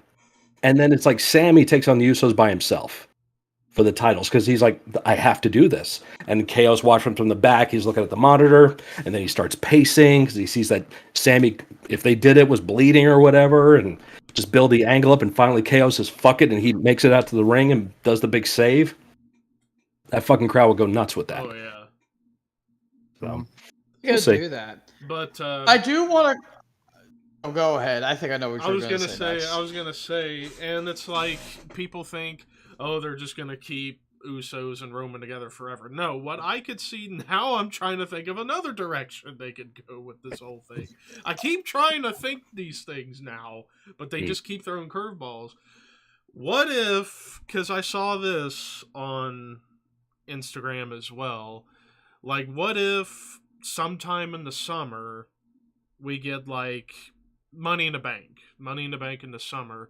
What if, out of nowhere, Sammy won Money in the Bank because of help from the Usos? Because you could still tell the story that, yeah, they turned on Sammy for now, but maybe they kept in the back of their heads, maybe Sammy was right. Maybe we do need to get off this sinking ship to keep building towards the eventual end of the bloodline somehow. Because the bloodline's going to have to end at some point. It's just a matter of how you do it. And I still feel like they should end it with how it started, a Roman Jay match. And Jay finally beats Roman. Because Roman and Jay, like, Jay was basically an abusive relationship with Roman. Like, it was like Stockholm Syndrome. Clash of Champions, and then their amazing I Quit Hell in a Cell match. I mean, those two, when you get those two, Jay and Roman one-on-one, they have amazing It'd be fitting chemistry. if the way they end the match is the way it started, like in Hell in a Cell. Like, this is the end, Hell in a Cell. Yeah, but if you do another Hell in a Cell between those two, it's kind of... It would cheapen the first. It's been 3 years though.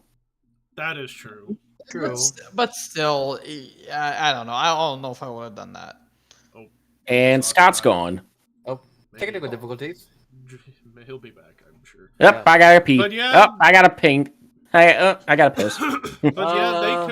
But yeah, they could probably end the bloodline in Hell in a Cell the same way it started. Mm-hmm. As, again, good callbacks. Probably... but what show would be appropriate to do that? SummerSlam, maybe. Maybe. That's only okay. That's only if they go with what I'm thinking, and that's Usos betray Roman by helping Sammy or whoever win money. When was the Hell in a Cell match? Was it at Hell in a Cell? Yeah, it was. Yeah, in October 2020. Or why not make it? What they can do, what they could possibly do, if they do another Clash of Champions, Roman versus Jay, final battle. Could do it like that. Have the tribal chief Roman Reigns versus King Jey Uso. Because we're getting King and Queen of the Ring, and I think Jay could win the King of the Ring. Yeah, I think Jay is the potential next king. Because Jay, then you've got something there. It's like, oh, you think you're bigger than me now? You're gonna give me that crown. I want to bet a scepter. You know, that actually could be the perfect foil for why Jay and Jimmy would want to now go back and help Sammy again. Or not even help Sammy, just leave Roman. Well, you gotta still keep some stuff going with Sammy and KO in this whole thing. Yeah. I mean, except for like a scepter that the winners of the King and Queen of the Ring are having in Saudi, their scepter would be like what's going on? No, except for a scepter, they have a bone saw, but that's besides the point. Can you imagine? Jay Uso, Mr. Money in the Bank? That would be that could be another thing. That makes more another sense, idea. Yeah. He cashes it on Cody, wins the title. Roman's like, "Give me my title back," and Jay's like, "No." I don't know. But are you really going to end Cody's run with Jay right away? No. Because whoever ends the run of Roman needs to hold it for a long time. Yeah, they do. At least a year. Storyline-wise, yeah. Booking-wise, not the greatest, but storyline-wise, it would make sense. But booking-wise, no. Yeah. Because that would feel like when He Who We Do Not Speak Of won the world title at WrestleMania 20 just to lose it to Orton at SummerSlam, to lose it right back to Triple H. Yep. No Family Man? The Family Man? Vacant. Oh, Stevie Richards? The best champion of all time. Someone who modeled himself after a Pegasus? But But yeah, I now think it comes down to Nolan? like, if Cody holds the belt for a year, who would be the best guy for him to drop it to? Braun Breaker. Gunther. Braun Breaker. Well, true, maybe. Gunther. But Gunther You know could what? be. Have Gunther win it at the Rumble. Because long-term booking. Think Yeah, about at it. Rumble At the 2024. Rumble, it was down to those. It came down to those two. Mm. So you could probably do that. Unless you want Gunther to win at WrestleMania, Gunther wins the Rumble. But you're going to have a heel go over at Mania for 3 times out of 4 years. That's another tough That one. don't. That's another thing. Because yeah. heck, people are trying to make the case that Roman should go over this year. It's like you're going to have a heel go over 3 straight Manias, something that's never happened in the history of the show. Hell, Roman going over twice. There's only been one time that a heel's gone over back to back, and that's Roman. They've always give us curveballs. I mean, for all we know, which I doubt's gonna happen, to WrestleMania 40, which No, that's I don't not think it's happening. gonna happen. You gotta have a happy ending, because WrestleMania has not had a happy ending since Becky won the belts at 35. Right. Yeah. Because Yeah. Drew winning in front of nobody was sad, and then Yeah. Roman winning the last 2. Right. Hmm. And not to mention, if Roman wins at Mania, you just kill Cody right there. Like, it was bad when Drew lost in Scotland. That just got Roman more heat because Roman didn't really beat Drew because Solo They did it in up. a smart way to Yeah. still make Drew look strong, because in case they were to give Drew the spot again down the road. Right. And with Cody here, you're just going to butcher him. You're Yeah. going to legit. This is You're going to sodomize him with every rusty nail you're going to possibly find. Cut the balls off, nail it with Don't talk shit about it unless you've been there. It's like some That's people are arguing haven't. like, oh, this could improve Cody's character. It's like, no, it won't. No. No, this is all about the story. We know what the story is, and it has to come to the big payoff at this WrestleMania, undoubtedly. So And there's a great interview that and- Paul Heyman just did with Sports Illustrated. I recommend anybody finding it. It's a shoot interview per se, but it touches upon a lot of the storyline and how a lot of stuff is crafted together. And it's Roman, it's Paul, it's Triple H, it's Sammy, it's the Usos, all sitting down like, okay, here we are with this scenario now. What can this person do now? Well, this person can do this because they do that. Then the next time he can do this as a reflection of what happened 3 weeks ago. Oh, yeah. And that will help. So there's a lot of creative stuff going on here with a lot of people involved with the creative of this storyline. And they are like, this is so fragile. And they know that. So it's like, we got to be as careful and as soft with this thing as possible so we don't fuck this up before Mania. And so they're taking it as serious as anything right now. And Usos are coming up with stuff. Like I said, Sammy gets stuff in there. And Paul is pretty much like, kind of filters through Paul. Paul talks to Roman, Triple H, Paul all kind of sit down. Blah, blah, blah, blah. Let's go with this. Okay, let's go. Yeah. And Paul talks to Paul, talks to Roman, talks to Paul again, talks to Paul, talks to his mother, and then talks to his mother that knows a Paul. then Paul pulls out his Peter, and then Paul's Peter has a Peter with Paul. And then Logan Paul sells NFTs. Logan Paul comes in, Jake Paul shows up, and then John Paul, George, and Ringo start playing. And then Paul Rudd comes in, and then, kind of hangs out there. Fills a Halloween movie. Yeah, Halloween movie, exactly. Oh, God, A bad one. remind me of that. And then And then Paul Blart, the mall cop, comes in. And John Paul Jones comes in, starts playing Dazed and Confused. But anyways, But anyways, what else happened? So we also got a couple matches set for Mania. We got Trish, Lita, Becky versus Damage Control, which I did not think that was going to be on the show. I thought that was going to be on like the Raw before or something. It's like, that's the ultimate cake match. oh yeah, Ultimate cake match. Lots of good Because games. if you've seen Bailey. I think we need to maybe induct Bailey into Suits R Us. I think we did. Yeah, what was Bailey? Yeah. What? Was she pecan pie or something like that? Or Cherry no? pie. What? No, she couldn't be cherry Supposedly, pie. No. Right now, let's get into what happens, and then we'll reorganize Tweets R Us, okay? We'll book Tweets R Us later on. Let's finish up Yeah, WrestleMania. okay. But oh yeah, Cena showed up on Raw. The promo with him and Austin. Fucking Theory was eviscerated Austin shit. Theory. Like, Fucking ripped Holy Austin Theory a shit! new ass. Fantastic. I'd rather have a bald spot Theory. than have crowd noise piped in for my matches because no one cares. That was so good. That was good. People started, boss just saying, people, oh, you buried Austin Theory. That's what Cena does, people. Where the fuck have you been golden the past shovel 20 years? And also, do He did people it with not think that Roman, this and is now he's going to doing it give with Roman. Austin Theory a more aggressive edge for the match to beat Cena Please. up bad to beat him? Yeah. because we know who's going over. Right. Yeah. Unless they decide to have Cena win the U.S. title. No, I don't think so. So, yeah. If it gives Theory a personality, then okay, I'll care. I have not cared about Theory. He's a good worker, no personality whatsoever. He's better now than when when he was Yeah. Vince's boy. Oh, When he was took insufferable. Tyler Breeze's selfie gimmick. Yeah. Yeah, remember they were Yeah, burying he's him and doing all that stuff? Oh, Yeah. yeah. I think he's doing Yeah, it when now. he lost the Money in the Bank, it was all over. Now he's only working with John Cena at WrestleMania. Yeah.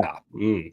Yeah. It's not like he was having a great matchup with Seth and all that stuff. Yeah, no, that's Which, hell, it's another long-term thing because back in Evolve, Austin Theory cut a promo saying, hey, John Cena, you're talking about passing the torch. Well, I'm going to take the torch from you. Go. there you go. Long-term booking. And then we got Seth Rollins, Logan Paul. That promo segment was great. Wonderful. Mm-hmm. So I can't wait for that match. I can't wait to see how that match goes. I seriously hope Seth stomps that fucking guy's head into Yeah. cement. Oh, I hate him. He's a great athlete, but damn it. You're supposed to hate him. He's a heel. He's doing his job. He's doing his job. Exactly. He's easily hateable because he's fucking hated. He's a dick.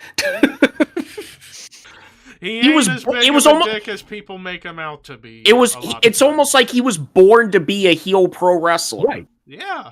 Well, there's a cocksucker and he can go fuck himself. But hey, he makes money. He knows what he's doing. So good for him. Scams a lot of people. He made a joke about a guy in a forest in Japan.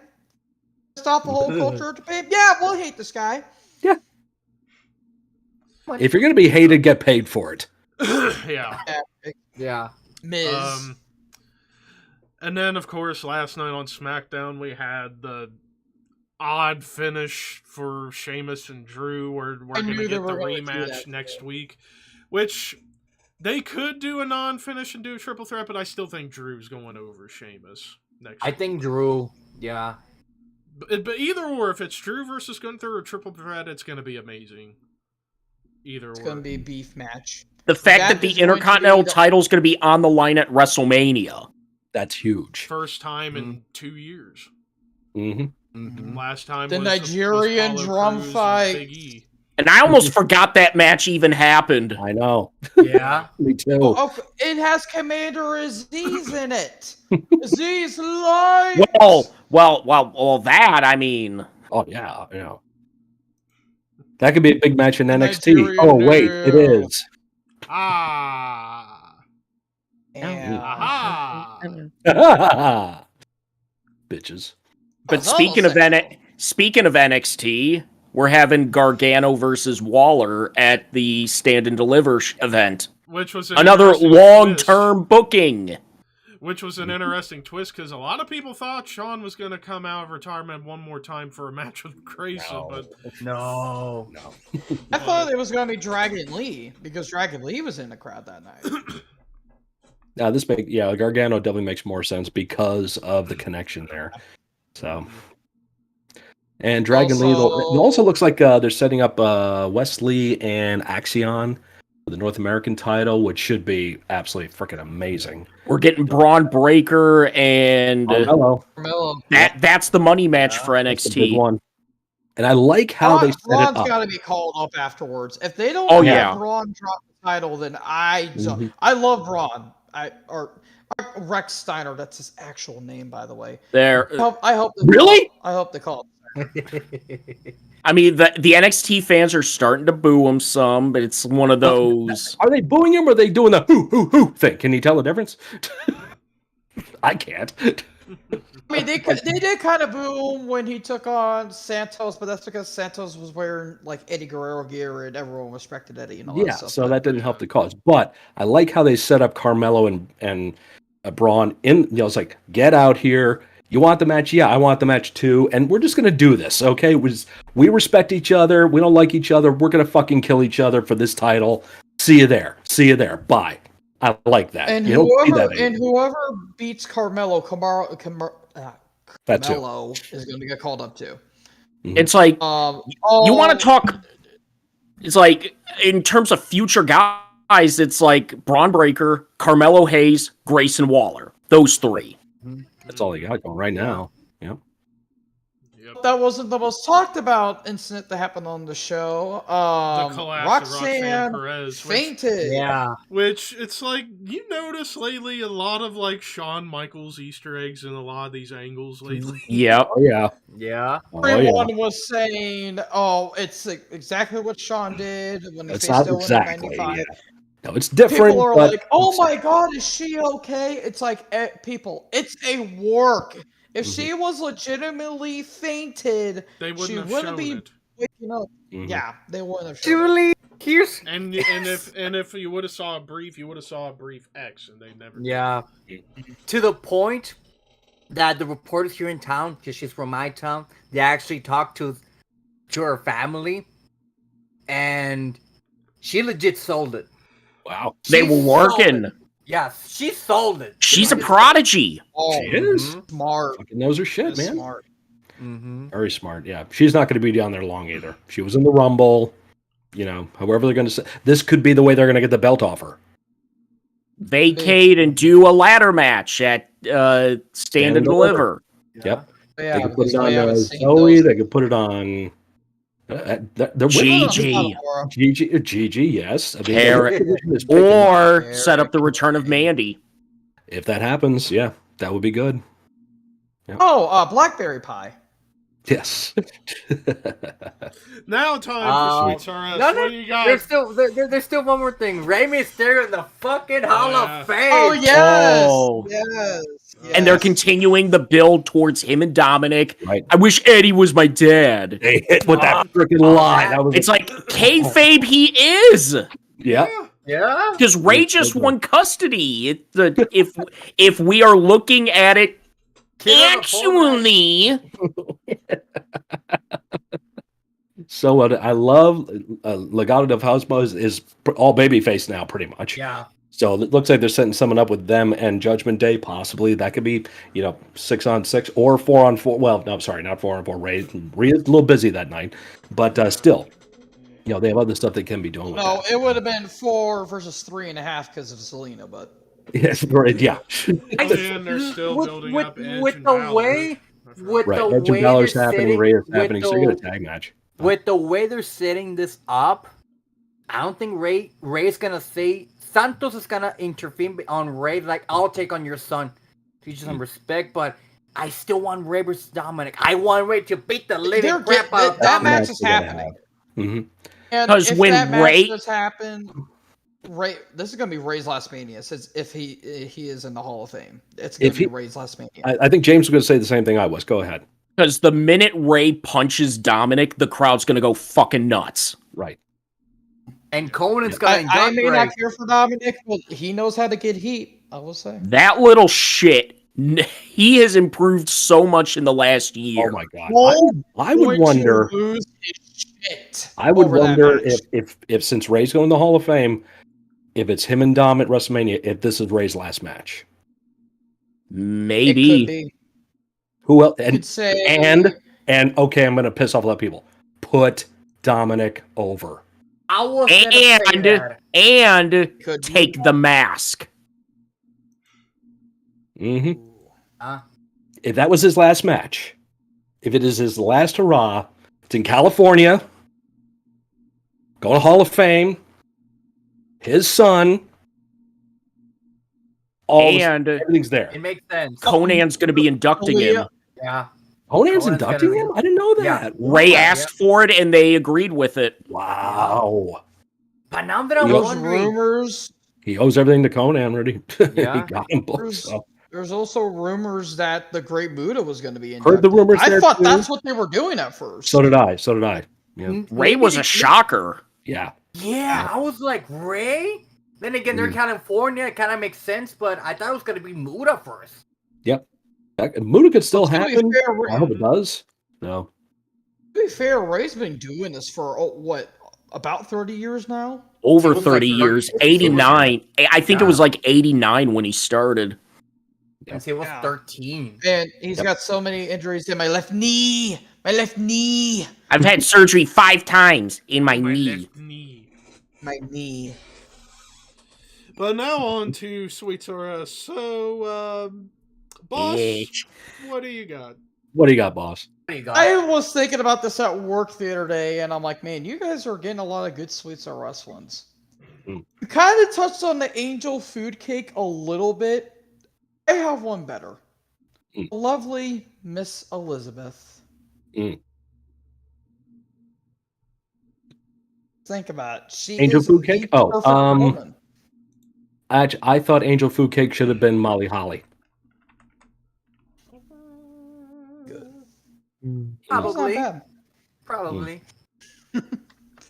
I think someone Hey, needs am I to not- type all this shit down because we're gonna forget. I know, yeah. eventually. Somebody should be writing this shit down. I'm not. I I'm know, old. right? I'm not either. This one. Oh, I feel like an ass for saying this one, but I have one of these. I have a couple of these at work the other day. You know what the Boston cream pie should be? Sasha Banks. Yes. yes. Yes. Perfect. Boston cream pie. I like it. Because we have Rhea as Devil's Food Cake. Yeah, I heard that. That's a great call. Great call on that. Bailey. Now, no, what? Who was Banana Splits again? Trish. Trish. Okay. Somebody type this shit down. I know. Somebody out there. Cherry pie was Lita. Yeah. Yes. Yeah. Yep. Cinnamon bun. Wasn't there something cinnamon bun? Wasn't that Bailey? Yeah. Yes, I put Bailey in cinnamon bun. Okay. Cinnamon Cinnamon bun. bun. Okay. You know who cool. apple pie should be? Mickey James. Who we had? We had somebody that asked apple pie. Somebody was at pie. I thought Charlotte was like apple pie or something like that. Yeah, I think it doesn't was Wasn't Charlotte. Charlotte?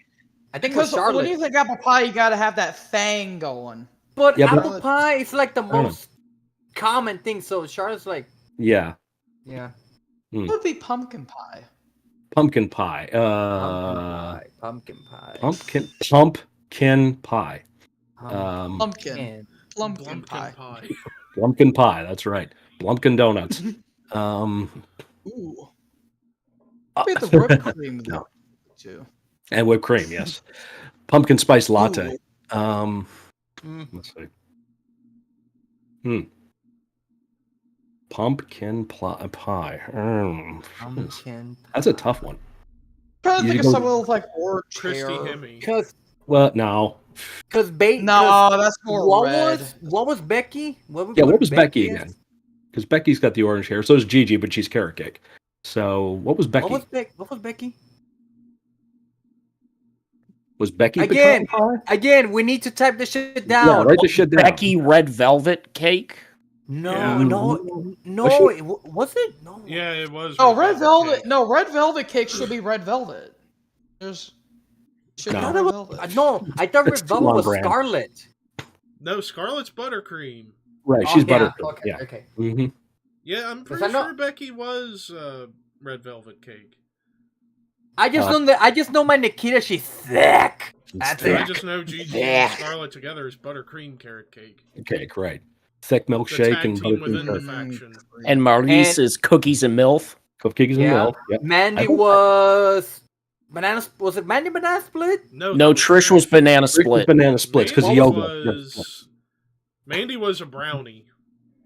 Oh, I yeah, just that's thought right. of one. No. Hot fudge Sunday. We China. had no. We had somebody Hot Fudge Sunday. Yeah, who was Yeah, that? I can't remember. Wasn't it JC? That's Hot Fudge Sunday? I Didn't we have think that JC was Jane? Jason. Probably. Yeah, I believe so. Yeah. Yeah, maybe. I think Becky has to be pumpkin pie because of the orange thing. Yeah. Okay. I think Yeah. that makes sense. So that would mean red velvet cake. Red velvet, red. I give Red. Red Velvet to Red Velvet from AEW, but that's kind of No, cheating it. So. no. Doesn't count. This is WWE women we're talking about here. So Uh, Yes. red velvet could be Carmella. Yes. no. No. Whoa. Kaylee Ray. Kaylee Ray. Yeah. Ah, yes. What's her Yeah. gimmick? now? Alba Fire. Alba Fire. Fire, Elbo's yeah. fire. Mm, It's Elmo fire. mm. Elmo. Elmo Fire. Hey, look, it's time for Elmo. Actually, Alba Fire, Nikki Cross, and Piper Niven are all Scotch shortbread. They're the faction within a faction. There you go. Yeah. There you go. Yeah. And Alexa Bliss. She was. What Alexa was Bliss? Alexa? What's the big dessert in Ohio, Levi? Anything? No. Anything We specific? don't have anything. No. Was it like something with sprinkles, like a sprinkle? Oh, she would be funfetti cake. Yeah. Fun. Yes. Because funfetti, because small and tiny, so she's fun. Yes. And she always wears extra colors in her hair, and you got the extra colors in funfetti. So there you go. There you go. Perfect. Mm. She's fun. All right, who else we got? We haven't touched on Carmella. We haven't touched Carmella yet. No. Obviously, because she smells like Corey. I wouldn't touch Carmelo either. You should ask Corey Grace first. Yes. So, Carmella's New York. New York. What's big in New York? New York cheesecake. Yep. Yep. Yeah. New York cheesecake. I'm looking up French cakes for Maurice, but yeah, I think you guys. But already she's got one cookies for and that. milk. Yeah, she's Oh, cookies no, and milk. Cookies She's and all milk. set. We got her. Bianca, Bianca. Tennessee. Hey, you better watch carefully. Because It's Yeah. fine. apparently We're already being sexist pigs here, so we're just going all out. Yeah, Reese's we're Buttercup. Yeah. No. Let me Coffee look cake. Up, let me look up Tennessee desserts. Yeah. Has anyone seen that? Has anyone seen that clip where Montez got asked if he ever got a boner during Yes. the WWE match? And he said yes. Watching my wife. So, speaking of that, Did you blame him? Speaking of that, if you have not watched, I just started watching. Oh, go ahead, Levi. What you got? Bianca is a moon pie. Oh. Ooh, yes. Yeah. Moon pies. Yes. That's They were huge in created Tennessee. in Tennessee, and I do love them. I love moon There you pies go. too. Mm. Chocolate and banana. Chocolate. Oh, chocolate are the best. All the rest can fuck off. And What's he banana. got? What's he got? What's boss got? Boss got something.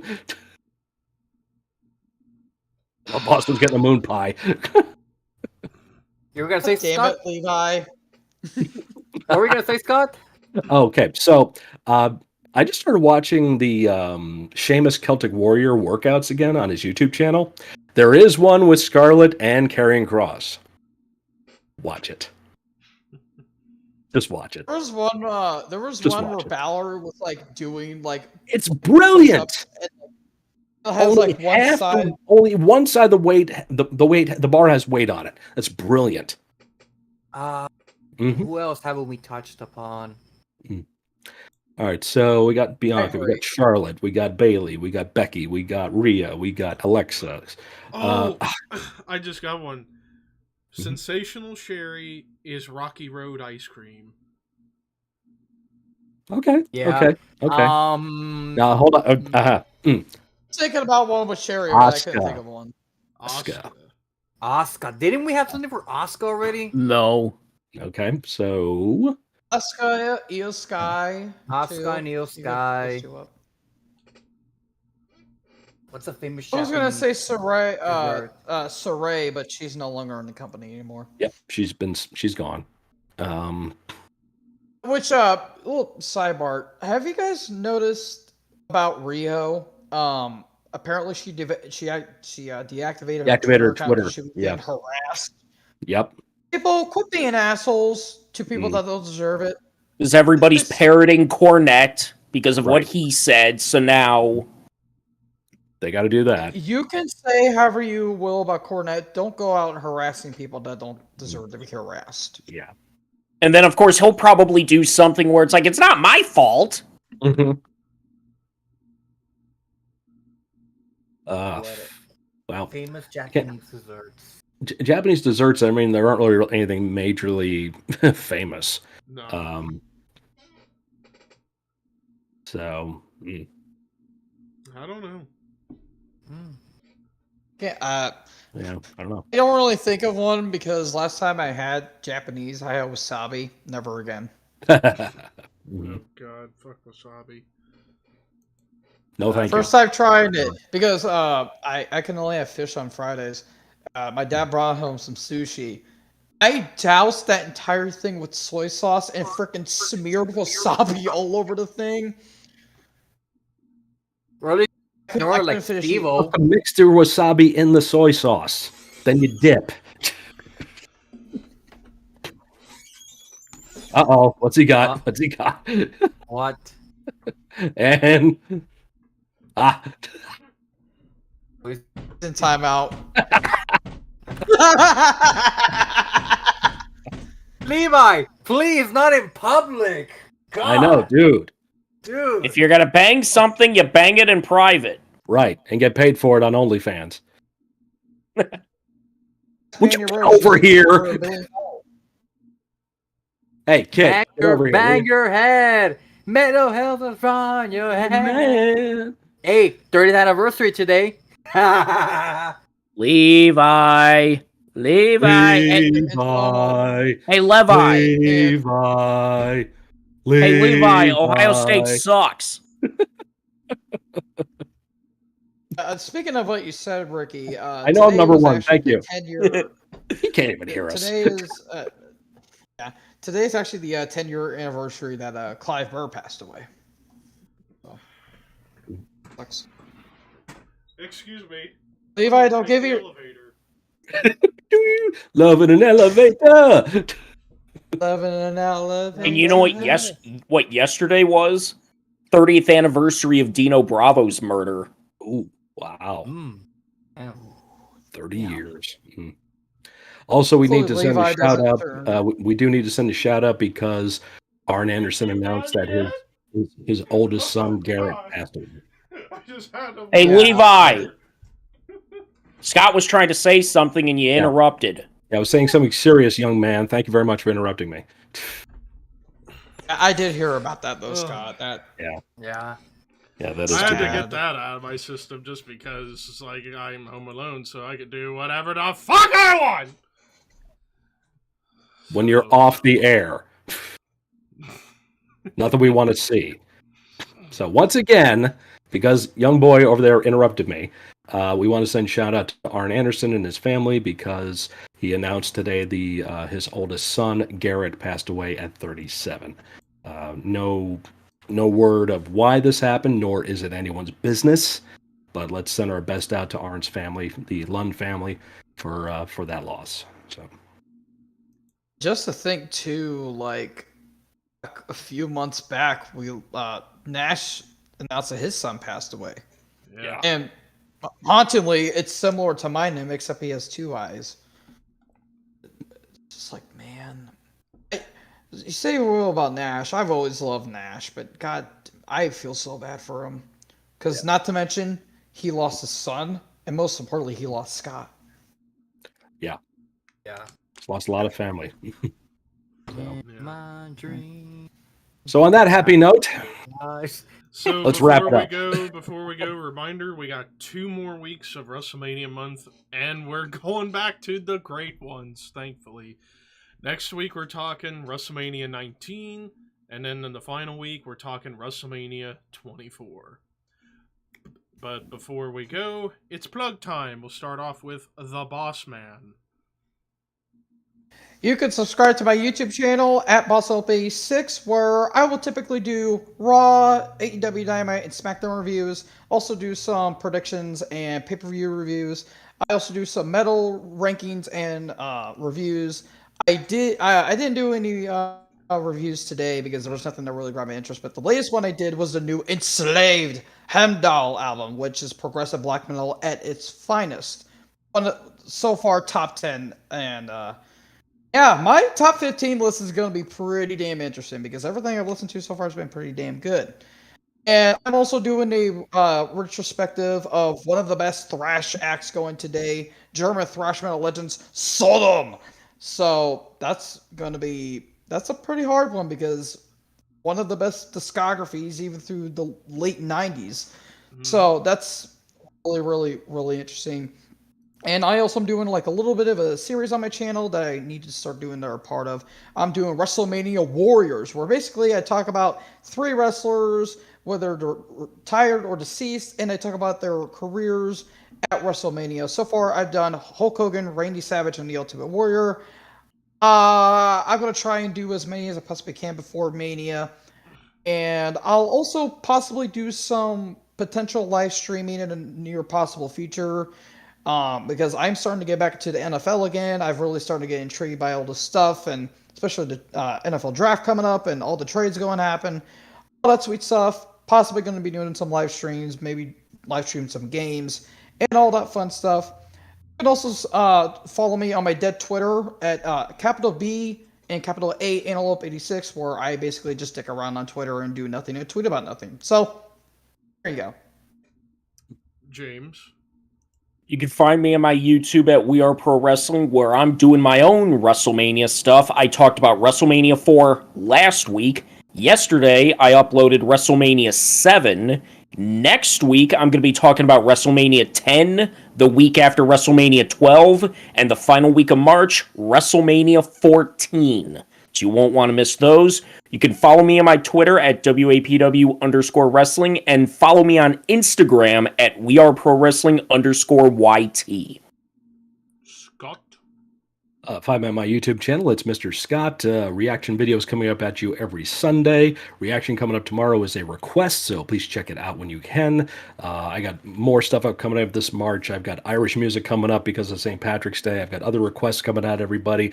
I'm already getting my April filled up with requests as it is, so lots of cool stuff coming at the YouTube channel. Going up on Twitch every week, jamming out on there and having a good time, so hang out with me while I play along to random drum tracks or songs or try to write my own music. Find me on Twitter, Instagram, TikTok under It's Mr. Scott, and find my TeePublic merch store on my YouTube channel too. Get yourself some cool It's Mr. Scott merchandise. Shout out to Arkham Reacts, who recently got a t-shirt and a mug, so thank you very much for everything you did. And I gotta send a new t-shirt to Levi. But yeah, that's what I've got going on here. So yes. Richard. Come Rick? on, I know you got more. I know you got more. Ricky, Rick, Dick, Dickard, Dicky, Ricardo. Dickard. God damn it. Ricky Dicky Catch Tavi. Hey! Catch me on my Instagram, Marco Ramon Metal God. I'm 50 followers away from 1,000 followers, so help me out getting guys to that goal. Catch me on my dead Twitter, Homemaster18. Catch me on my YouTube channel, Homemaster, which I'm going to try to come back to YouTube, do my controversial album series. The next 2 episodes I'm going to try to tackle is going to be on Burzum's Asuke and Murdoch's Fuck Me Jesus. Oh, it's going to be too interesting album covers to talk about. And catch me on Levi's channel doing both the Shadow Code and the Rosen podcast, which, Levi? Subscribe to my channel if you haven't, Thrash Maniac 99, where I actually, for the first time ever, I did both of my album reviews for this weekend on Thursday, because both of the albums I talked about were on YouTube on Thursday night, so I was like, fuck it. Where I tried out my new toy for recording, my GoPro. But as far as the Horseman podcast, we got an episode tomorrow morning at 9 where we're interviewing Ivan Gucic, aka Meat Hook from Blood Red Throne, or as I like to call him, the European Dimebag, because he looks like Dimebag Daryl and he plays guitar like Dimebag Daryl. So we're probably going to be gushing about Pantera a lot. Oh yeah. In this interview, which is going to be fun. But that's tomorrow morning. As far as reviews, this morning I posted my review of the new Bastard Grave, which some people might have thought I wasn't too kind on that. It's a good album. I just wish there was a little bit more of the punky stuff from their last album. As I said in the video, it felt more like as if Crowbar was playing Swedish death metal. And they kind of hammered on the slinkiness too much. What the fuck? People. What? I need What to happened? change my raid sound. Living Dead Girl, What thank you happened? for the raid. Just as I'm wrapping up, too, and I was going to raid you. Thank you, Christine, for the raid, even though we're about done. But anyways, I need to fix that raid sound. I hate that now. Where I'm trying to do my best Barnes impression, and it's horrible.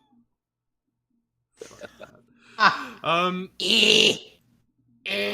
Anyways, where the fuck was I? Oh, yeah. And then tomorrow I got a review of the new Gorod album, which is a French prog tech death band. Basically, if you like Gojira and Obscura, there you go. Under the Radar is coming back this week. And as far as the next discography ranking I'm doing, it'll be at the end of the month where I'm tackling Mayhem. And that's gonna be a long backstory before I even talk much music. So... Oh. Oh, Euronymous. Well, shit. But anyways, that's all on the YouTube side. So subscribe to my YouTube if you haven't already, ThrashManiac99. Follow me on Instagram at ThrashManiac_YD. And then follow and or subscribe to me on Twitch at ThrashManiac99, which... If you hit that subscribe button, you might get something cool. Hint, hint. But... Ding! Okay, I know where you came from. Oh, we're back to this now. So you did sound like Batman. Batman, where are they? Did you touch my What was that? That's the boy. I'm going down to the man cave. Which, by the way, I can't wait for whenever they release the fucking 40-Year-Old Virgin parody that the Brawlin' Brutes Yes, Drew did. I wanna see can't wait that. to see that. God, that's gonna be good. But anyways, we'll see you next week for WrestleMania 19. But until then, you people keep your horns high and your dreams wet, or I will come to your house and ruin your life.